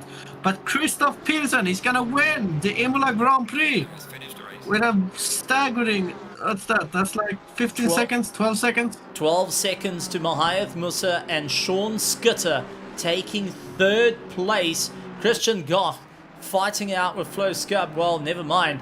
Flo actually sitting 7 seconds back. So it's going to be Christian with Flo Scubb and Alex Sky running in 3rd of our diamonds. But we are taking a look. Damien Maroney, Lewis Knight and Neil Greening fighting it out for the top 3 in the division of gold. So Damien doing everything he can. Lewis Knight immediately closes up that gap. Neil Greening trying to make up a bit of time.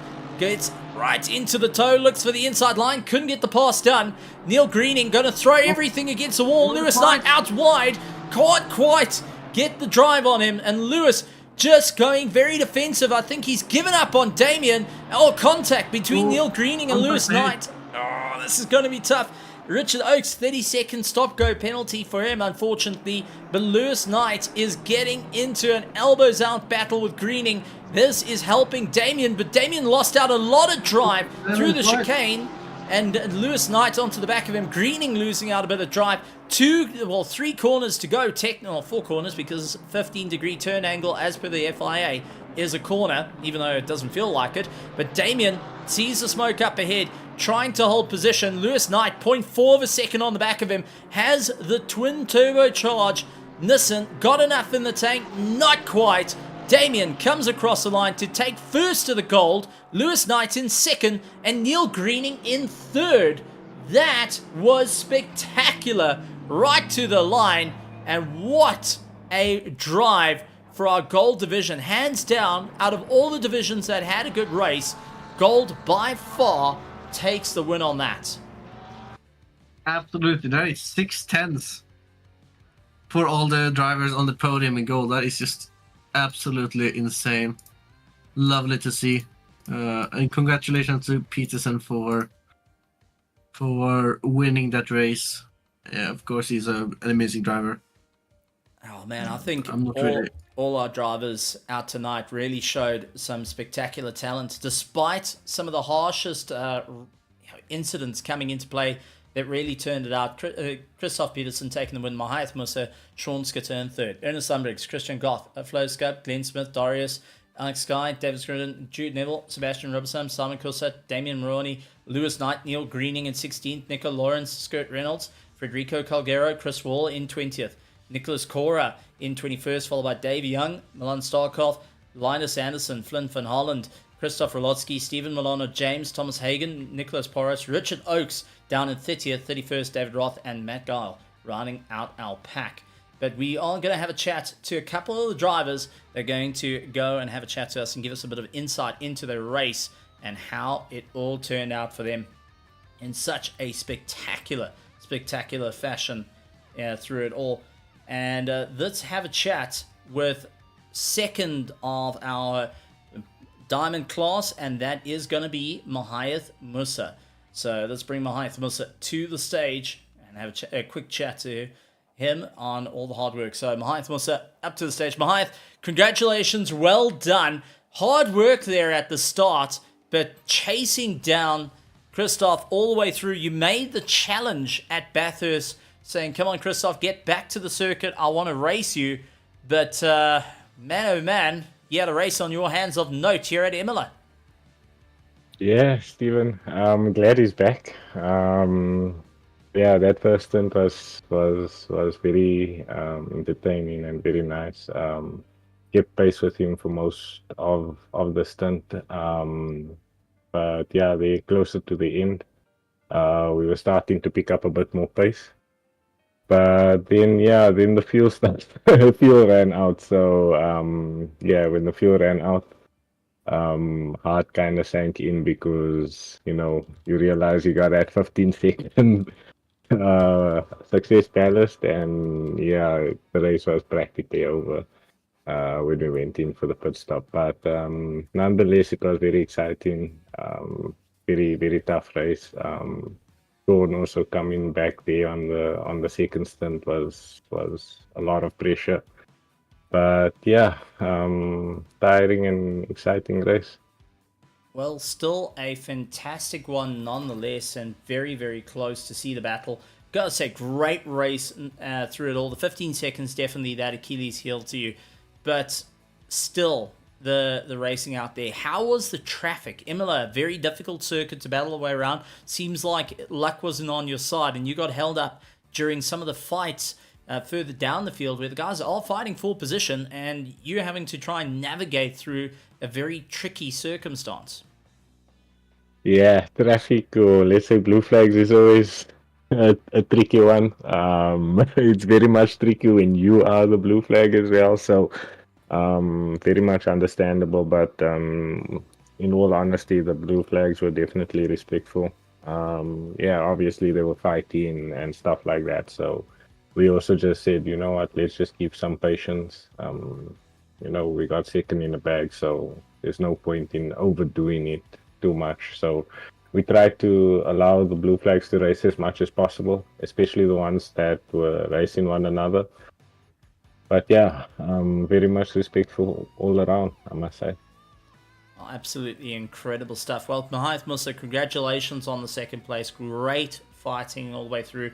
Now, next week is in for a difficult time. Some very close racing expected.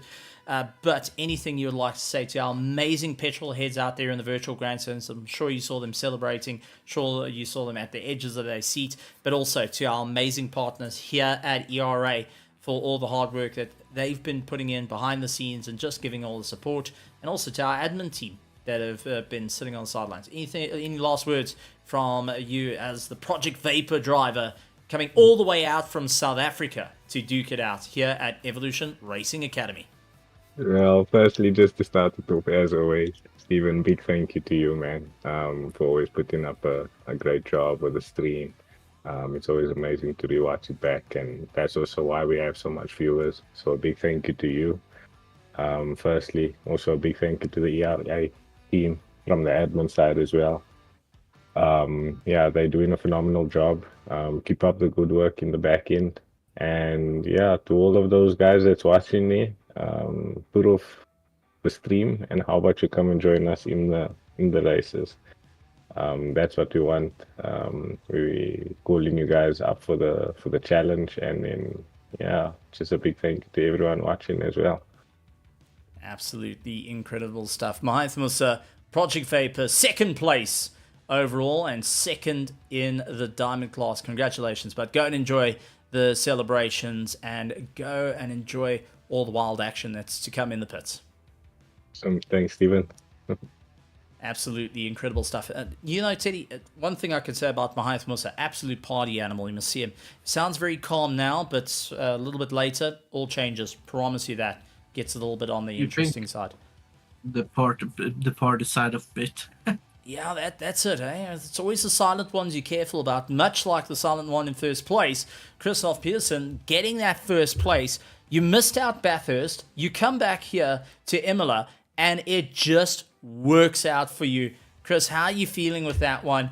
Looked like a great race. Close with Mahath Musa at the start, but then started breaking away in that gap and just finishing up with a 12-second lead by the end of the race. I mean, you got to keep your hand on the button the whole time.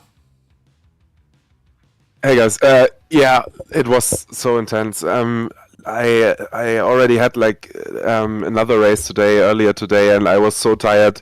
It was super difficult to keep focus because Moaf was, I would say in race pace, he was definitely the quicker driver today. Like in quali, I could snatch pole by quite a margin, but in race, like without the success penalty, I wouldn't have been the winner, I think. Yeah, but I would say that was probably my first good race at Imola. I normally have a lot of bad luck at this track. Usually. Well, it's worked out, and it's opened up the points in the championship. Mahath Musa and yourself still fighting out for the championship points. You got a little bit more with your win here tonight, but take us through just getting around the traffic, because that seemed to be the Achilles heel. We actually caught you going when there was a fight for position ahead of you, and it just looked like there was nowhere to go. You tried putting your nose in just to try and signal to the drivers, hey, listen, I'm coming through. And it was just wild of, okay, get off the throttle and wait for it at this point. Yeah, I mean, I had a bit of a gap behind me to play with, so I could have been a bit more patient, I guess, but yeah, I don't know, I got caught out a bit. I think Moaf and me were the only ones not held up at the start, so we had quite a big gap to the field, and that basically has thrown us into traffic very early. But after all, everything went well, and everyone got out of the way at some point, or we found our gaps, I guess. But yeah, it was sometimes a bit difficult to maneuver through there because so many guys were fighting for position, and you on one hand you don't want to interfere, and on the other hand, you want to get through as quick as possible, so you keep your gap in case anything happens. So yeah. Well, incredible stuff. Anything you'd like to say to our amazing virtual grandstand, to our partners here at ERA, and to everyone that's going in and cheering on for the racing that we've just seen here at Imola, and for your win in not only the Diamond class, but overall throughout the race? Yeah, same as always. Keep watching. I think the season will unfold in a really good way. Like, I'm 6 points clear now of Muaf at the moment, but there will be so many close battles. I think we are really close together at every track. And also, like, don't count out, for example, Limburgs, who's only a few points behind. And my teammate, Sean Skutte, who's got his first podium today, I think they will all get into the mix. And also in the other classes, it will be tight. So I think there's a lot of fun in the remaining races. Sorry, I'm really tired. I don't know what I'm saying at the moment. Chris, I got a question for you. Yeah. Knowing that Musa had his success penalty and he was behind, did you ever feel the pressure of needing to push harder to build a gap, or was it more like you wait until the pit stop comes around and you will gain that 15 seconds on him? I definitely felt very pressured in the first stint because, like, of course, you know that the 15 seconds are probably enough if you keep up the pace, but especially at Imola, so much can happen, and a gap is always nice to have. And of course, it's like this thing probably every racing driver has, that you want to keep P1 in any case if you have it. So I was definitely pushing hard in the first stint. I dialed it down a bit in the second one, but that was basically it. Well, absolutely incredible stuff. I've got to say, well done, and well done for the first place. And go and get some rest. Well deserved. A double race day is never an easy thing. Yeah, thanks, guys. See you next time. See you next time, Chris. Absolutely great stuff. Well, Teddy, a bit of technical insight there coming from Chris, which is absolutely great. Now, as we move down the list, we're going to move on to our 8th place before we head on to, well, the category we want to talk about, and that is our gold. And we have got 2 of the drivers from the gold. So we're going to bring in our 8th place, Ike Sky, who was out there pushing in the big old Ben and everything that happened to him. So welcome, Mr. Sky. Welcome to the commentary box. What a race out there. Not an easy one, and you landed up, well, having to get a little bit elbows out there on the circuit. How was it on the start? Yeah, there were several questionable moves throughout the race. I think that's a fairly fair. I mean, I've been able to watch the highlights that you've been thankfully streaming to Discord as well. And it's a difficult track to race giant, low aero, high weight GT3 cars around. I think the F1 drivers somewhat have a bit of an easier time about it. It was very elbows out. It was I left as much space as I could for anyone who was around me. But obviously, this track is so punishing. I think twice the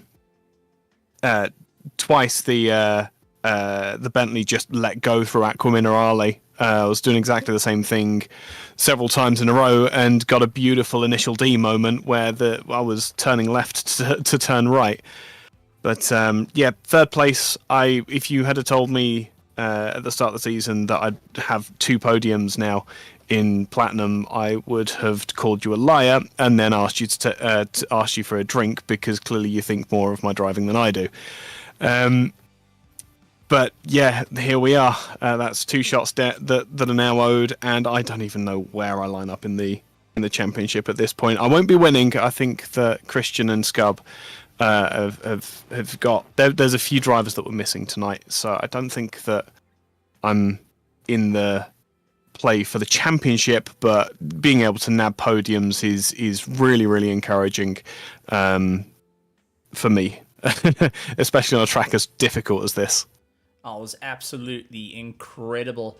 And to see a lot of support for the big old Ben, which is not a very favored car at the moment. You going and No. bringing it back to life and saying, yeah, it's still got a bit of life in it, is always quite a thing. Well, for everyone out there in our virtual grandstands, for all our partners here at ERA, they're behind the Big Ben that's still out there on the track, going and being that Boatley, whether it be rain or shine at the moment, it still keeps afloat. But like anything you'd like to say out there to all our amazing partners and petrol heads out there in the virtual grandstands. My Earth put it best. In as much as we do like seeing people in the live stream, and obviously the Split 2 drivers didn't have anything to do tonight, we'd much prefer to see you on the grid and driving with us and being able to, be in my position where I'm getting interviewed by a legend of commentary in the form of Mr. Stephen Koenig. I thought you were going to say Teddy, because Teddy did a fantastic job, I won't lie. Oh, Jesus, wow, shots fired. Well, I'm out there. Good night, Well, I am driving a boat, so I think that's pretty on brand. Are you gonna shoot cannons at me? I mean, only if you're alongside me.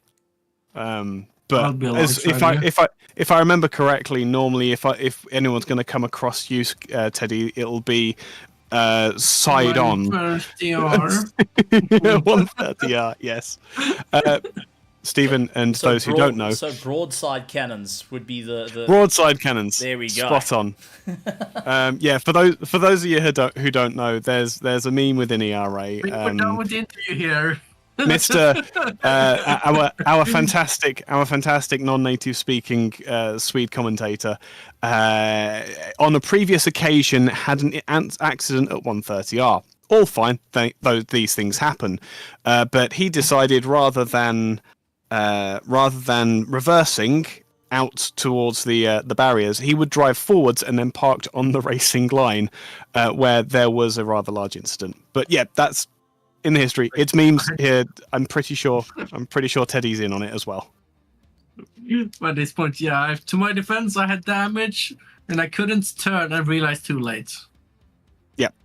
Yeah. As I say, it wasn't intentional. These things happen. It's racing. But this is the thing: is we make jokes about it. This is very much in the spirit of ERA. I mean, you've probably noticed a few nicknames going around up and down the field. They're things that people are putting in place, like the admin, who are a very active part of the community, are putting in place and keeping in place so that everyone's having fun together, basically. Again, it was a really challenging race tonight, but absolutely on brand for ERA. I think to be to have a race as it turned out. Absolutely incredible stuff. Well done nonetheless. You did a fantastic job there, and managing to grab the win, but also brings you a bit closer to heading towards diamond status at this point. Don't remind me. It's coming. It's I'm coming. terrified. And it looks like Flo is going to be joining you towards the sharp end of that feeling, along with Christian Goth. But Ike, congratulations on the first place. Congratulations on proving the Boatley can still go and take its broadside cannons and launch its way towards the sharp end of the field. Perfect. Thank you very much, as always, Stephen. Thank you very much, Teddy, as well, for jumping in as well. I'm sure having a second voice is going to be fantastic when I actually get to listen to the live stream. And yeah, as you well know as well, Stephen, Teddy knows his stuff. His English is great for where he's from. And Be careful. What? I'm giving you compliments. Commentator's curse. It's a thing. That's the one. Yes. He does really well. He knows his stuff, and he's a wonderful guy all round. So I'm gonna look forward to having an hour and a half of listening to him and yourself on the YouTube live stream. Well, Okay. maybe Teddy gets behind the wheel once again and shows you that the 130R is his and his alone in the battle. So, No. thank you very much, Mr. Sky. Cheers, guys. Let's move on to Flo Scub, who had a fantastic run out there. Well, Flo's going to come up. And Flo, fantastic racing out there, but it was definitely a fight. And we saw earlier in the highlights, it was a bit of duck season, horse season, duck season, stallion season, duck season, Mustang.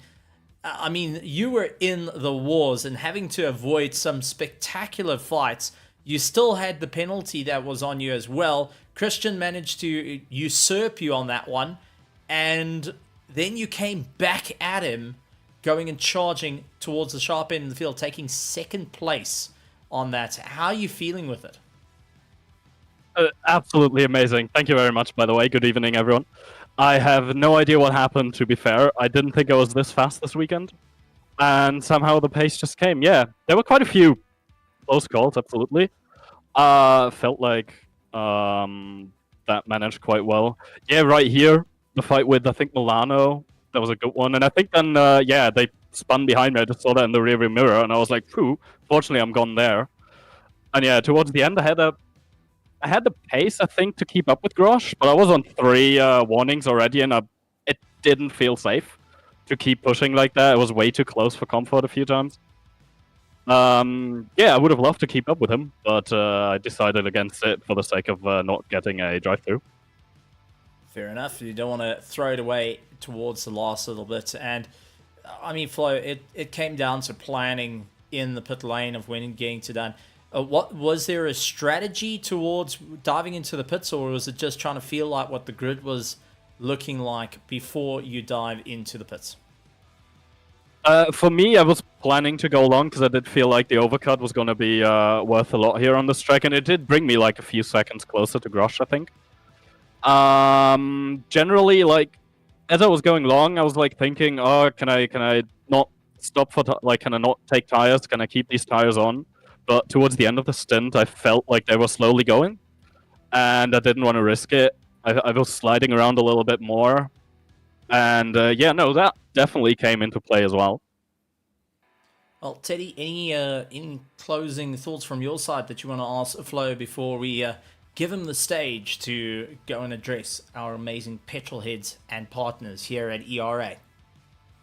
No, I just want to congratulate you to overall P5, P2 in your class, and your pace at the end there with 10 minutes to go was just staggering. We saw you set the fastest lap as well, so yeah, pushing, but free track limits, obviously you want to back off to play it safe. But yeah, Just incredible driving. Yeah, thank you very much. Yeah, that was amazing. I have no idea how I pulled that lap off. That was like 4/10 quicker than I did in every quali practice or in quali even. I have no idea where that pace came from. I think it was in the slipstream of Grosh there at that point. I was just trying to keep up with him. But yeah, that was amazing. And yeah, everyone watching, come join ERA. Amazing races, loads of fun, and great racing all down the line. Whether you're driving here at the top spots or whether you're further down the line or even in server 2, there's great racing everywhere. And thank you for having me. Absolutely. Well done, Flo. Well, we're going to bring in Christian as our winner for our Platinums and had a fantastic run out there. So Christian's going to come up and have a quick chat to him. Then we'll move on to our Golds. But Christian, absolutely well done on going and taking the fight. You were really trying to keep it all together. But give us your take on the race. You had Flo getting closer and closer to you, getting into that fight and trying to just really close up on you, but it landed up towards the end of the race where it got a little bit too real of, okay, Flo's closed up this gap quite significantly. You managed to usurp him on the pit stop, but it started walking away from you. Give us your thoughts on that. Yeah, hey Steven, thank you for bringing me in. It was a tight race. Flo stayed even longer on the track as I thought, and I had this 50-second penalty from the last race, and it was quite close. Luckily, he got behind Limbergs, and so I managed to get a little bit away from him. And after the pits, I got in front of him, but then I had a little bit of bad luck with the blue flags, and he was right behind me, and then he pulled some amazing lap. Congrats to him with a 40.7. It's crazy fast.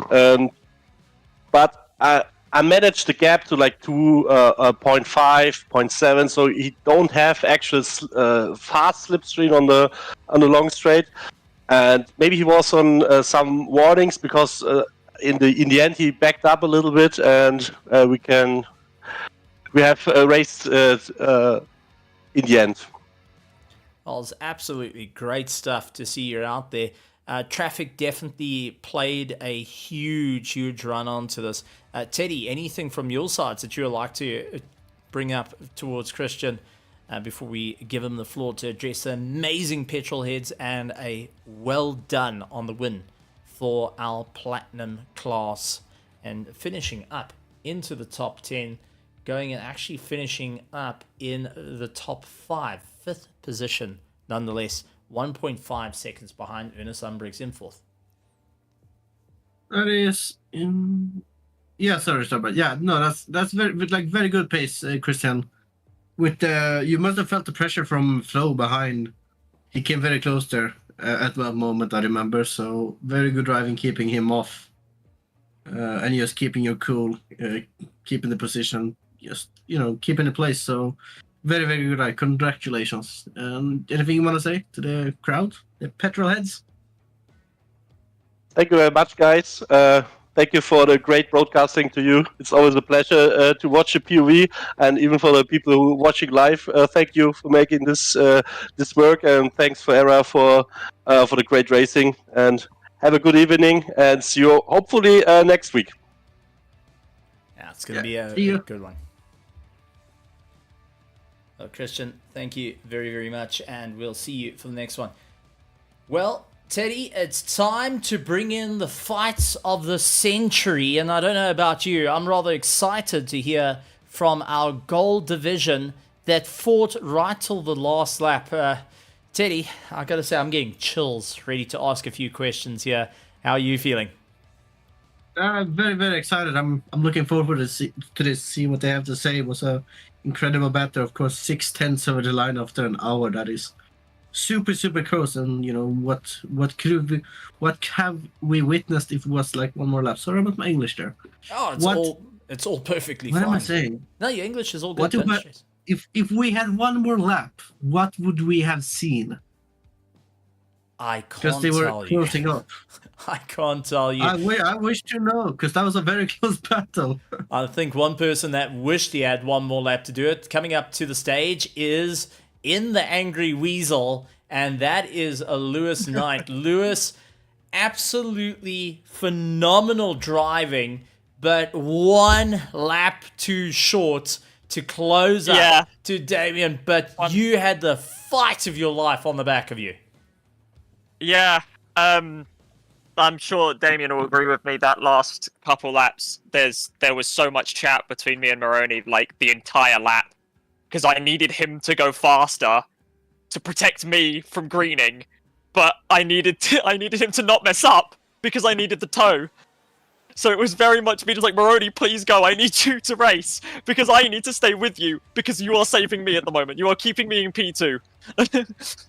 I mean, it got wild. You were constantly over each other's heels. The fighting that came in, and we've seen a couple of those instances in our highlights of how close the battle was. And it seemingly went a bit quiet during the course of the race, but at the end, it all just came unglued. Take us through the start of the race, because you were actually around when, well, let's call a spade here, where it all went south rather quickly. I hit the Mercedes across the front, like turn 3, I think it was sidewards. I think I was the first person to arrive on that car, and in the chat, I just shouted car sidewards. And as soon as I said that, I looked behind me and loads of cars split to the sides, but a couple of guys were a little bit unfortunate and happened to get caught up in it. I mean, this is always the hard part about racing. And then at the end, take us through that last little bit. You were having a chat to Damien, but at the same time, you're trying to get past him. He's in first place. Yeah. It's four-class position, but take us through that. The emotions that you were feeling, or the thoughts running through your head at that time, where you've got a windscreen full of Porsche, you got an Aston Martin that's taking up the entirety of your mirrors, on the side mirrors, the middle mirror, and the little TV screen in the car. There's no visibility, and the leader, who was sitting behind all three of you, decided, I'm going to give you an extra lap. Yeah, Yeah, Chris going behind us over the line was was a git. It was very annoying to see that, and then giving us the extra lap. Behind Maroney for the entirety of that last lap. I couldn't focus on overtaking. Maroney was just as fast as me that entire race. He was, if not 0.2 quicker than me per lap. So, props to him. He was absolutely on it tonight. And I stopped after the last 4 laps where we were that close together. My entire thought process was, I'm not going to beat Maroney. Or even if I do, it's going to be way too close. I don't want to take Maroney out because he's driven well. I just need him to be in front of me to keep that toe, keep me protected from greening at all times. And then greening came undone at the 2nd or 3rd chicane, I think it was. I saw him slide behind me. And I said to Maroney as we came out that chicane, I was like, I'm coming for you now. I'm going for this. But he had the legs out of the last couple corners. So props to Maroney for being there at the front. He deserved it. Absolutely deserves it. Oh, absolutely incredible stuff. Teddy, anything you'd like to say to Lewis Knight before we get him back to try and put the angry weasel that was definitely very angry tonight to bed? Teddy, anything from your side? He was angry with one less lap. Next time, Lewis, just send it and see what happens. There's a difference between me sending it for position and wanting to consolidate a second and happy to accept it. If there was one more lap and we didn't have greening so close, I would have gone for it. I would have gone to take Maroney right to the end. But with a car so close to me, I can't risk it. Not with I think at this point, the whole championship going into this race, greening was 1 point ahead of me. So I had to get as many points as I could over him here, and I think this might put him 1 point behind me going into next race. So it's taking a second is a win in my books, saves me losing out to him at the end. Oh, and this is what we call the difference between the good and the great drivers, everyone. I'm kidding. Great travelers. Cheers, Teddy. Well, Lewis, you managed to hold on to that second place. You fought Neil Greening down to the ground and really had to grab him on the collar there. And Damien was next on the lunch cards. But anything you would like to say to our amazing audience out there that was cheering you on, and I'm sure you could see them out in the virtual grandstands going absolutely ballistic as you guys went and fought it out down to the wire. And also to our amazing partners here at ERA that just keep coming back for more, that went on the edges of their seat to see our gold division once again putting on a spectacular performance. As I said last time I was in this event, thank you to ERA for making this entirely possible, because those are the guys, the admin team and those are the guys who spend all their time sorting out this. I'm sure the stewarding team are going to have a little bit of fun with this one, considering what I saw happen ahead of me. And as I heard Ike say, and as Musa said as well, we want you guys on the track. If you guys want to race, and even if you're new to sim racing, come and join us. Get on the track. It's a lot of fun. It's a lot of time. It's a lot of fun, though. Absolutely, and with the different divisions, depending on how you are, from a rookie to a pro, there is a spot for you. Trainings during the week as well, so you can get to grips with it, and some fun categories to have a bit of fun. GT4s if you want to go, Porsche Cups. There's a whole lot that happens here at ERA, not just our amazing Sunday night championships, which is by far one of those mint ones to really go for. Also, ERA has endurance races, so for those that want to stretch their legs a little bit further. Lewis, thank you so much. Well done on that second place. Go get some rest. Well deserved. And I think to go and have something to settle the nerves after that one. Yeah, definitely. As always, thank you, Stephen. Thank you, Teddy, for jumping on this one as well. It'd be great fun re-listening to both of you on the broadcast for this one. It's going to be an absolute banger. Thank you very much to Lewis for the great one. Well, Teddy, let's bring in a driver that scored first place, but also went and climbed 14 positions to finish first in class and really climbed up the order to finish an overall of, that is 14th position. Starting in 28th, Damien Maroney Well done. 14 positions climb. Not an easy thing to do. And I'm sure that wasn't the thought going through the head at the time. But take us through where it was just through the cars. Left, right, left, right, left, right. You've had a few moments as well where it wasn't quite an easy one. There was a bit of rubbing and racing up against you. But all in all, that must have been quite a climb to just go and see car after car constantly pushing away through up the order. Yeah, that was an hello. Thank you for having me here. It was I was not expecting that going into this. I was not really having a good time with this track in my season thus far leading into this. Unfortunately, there's just been I was taken out quite a few times, so I was just kind of getting frustrated with all of it. And now that you even mentioned it, I didn't even realize I had gained that many positions because I know I qualified so low, but I didn't look at the leaderboard yet or anything like that. But it was just one of those races where everything just kept going in my favor. So there were people ahead of me that were crashing out, and normally I would get taken out in those situations. I was able to sneak through very, very cleanly, and just kind of, I guess maybe qualifying really far back. I didn't put any pressure on myself in the situation either, so I was relaxed for majority of the race until the very end where it got insanely tight between all three of us. But yeah, I mean, I somehow was running better times in that race than I even could have done when I was practicing for the race. So all in all, it was just, the car felt good. I was comfortable, and, everything just went the right way. Well, take us through that last couple of laps, because all of a sudden, from sitting by yourself in the gold class, you suddenly had Neil Greening. You suddenly had the likes of our angry weasel onto the back of you, Lewis Knight. It just all came unglued, and it just seemed like you had to get elbows out every which way you could look. I started driving very defensively, and I will say that as soon as Lewis started saying, because I knew he was behind me for majority of the second half of the race, basically, I was asking him where Greening was, and then he started filling me in that he was getting caught up by Greening, and I started getting a little bit uncomfortable, so I inherently started making a few mistakes here and there, sliding a little bit more, tires were getting worn out, but so they caught up to me relatively quickly, and at that point, I went full moto mode. I basically put my feet out, elbows up, and just tried blocking and just staying wide everywhere around the track as much as I could. But it was tight, and Lewis was just chomping my ear off the entire time.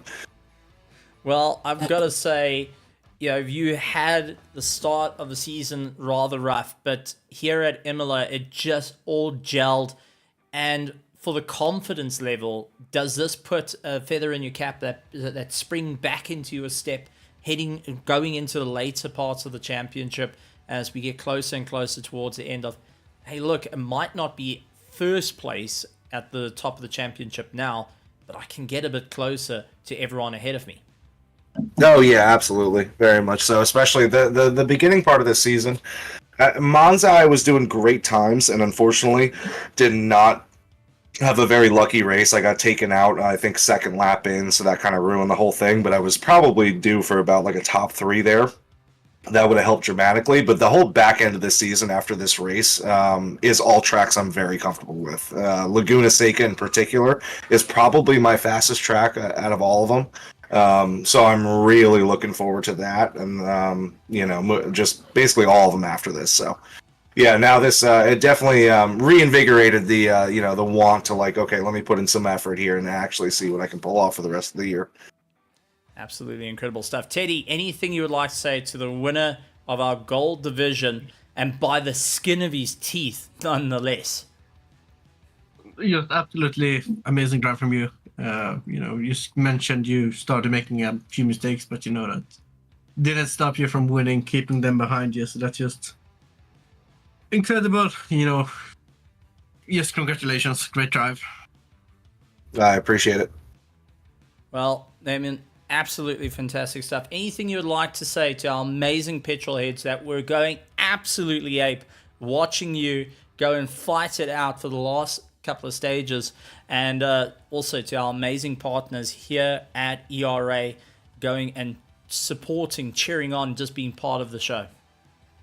Yeah, no, all in all, I mean, great racing here. I would encourage people to absolutely give this a shot. I didn't start doing this until about 8 months ago, even though I have a racing background. This is my first ever time doing sim racing, stuff like that, and it has been an absolute joy.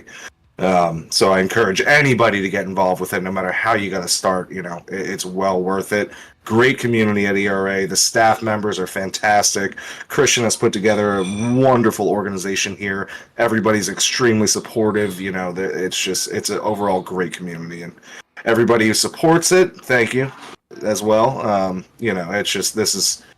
This is probably the best series I have seen overall when it comes to just the general sim racing world. It's such a supportive community, great people all in all, including you, Steve, and everybody else involved with it. So I just appreciate everyone, everyone coming in every weekend and doing this.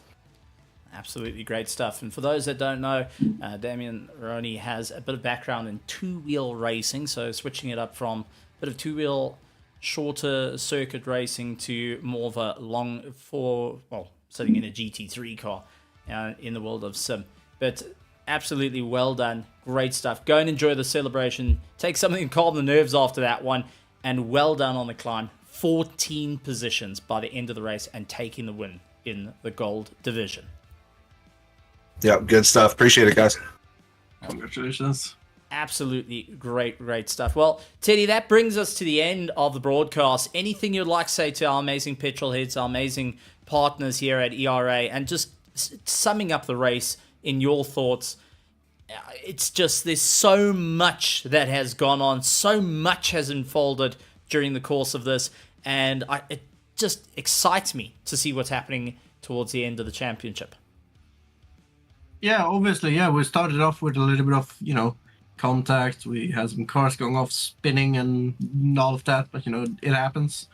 It's very fun to see that we can also keep it clean towards the end stints of the race with the different strategies, and the championship is super close.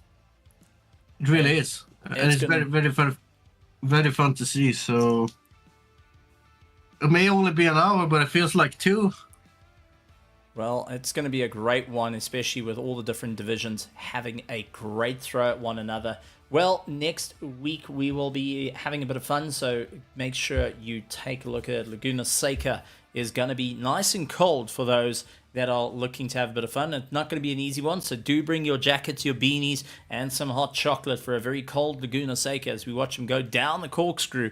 Make sure you hit that like and subscribe. Also, let us know down in the comments, what was your favorite moment of the race? Who were you supporting? And what do you expect coming up at Laguna Seca? Also, feel free, join up here at ERA. In the description is our website. Go and head over to it. Become part of the ERA show and be a part of the amazing community here. Whether you're a high-end driver and looking to really put your skills to the test against some of the best in the world, or if you're looking to just get started and you haven't really touched sim racing before, you're wanting to really give it a try, trust me, a lot more fun than third-person shooter. But go and head over to our Discord, head over to our website, join in, be a part of the show, training, fun days, and also one of the best championships out here in the world, our Sunday Championship. Teddy, thank you so much for joining us here tonight. Absolute honor to have you in the box and just giving us that insightful information and what's going through the drivers' heads, how they're taking it through the races, giving that critical analysis to the drivers. It's absolutely great to have you, and look forward to spending some more time with you going and chatting, and also really looking forward to seeing you back out on track sometime just to go and have an absolute blast here at ERA. Absolutely. Thank you very much for having me. It's been wonderful to commentate this evening with you on this race. So... Thank you for being here, and great to have a legend. But ladies and gentlemen, boys and girls, that brings us to the end of the broadcast, and we'll see you next time for the Sunday Championship. From Teddy and myself, Stephen Koenig, we look forward to seeing you for the next one. And like always, good morning, good afternoon, good evening, and good night, everybody.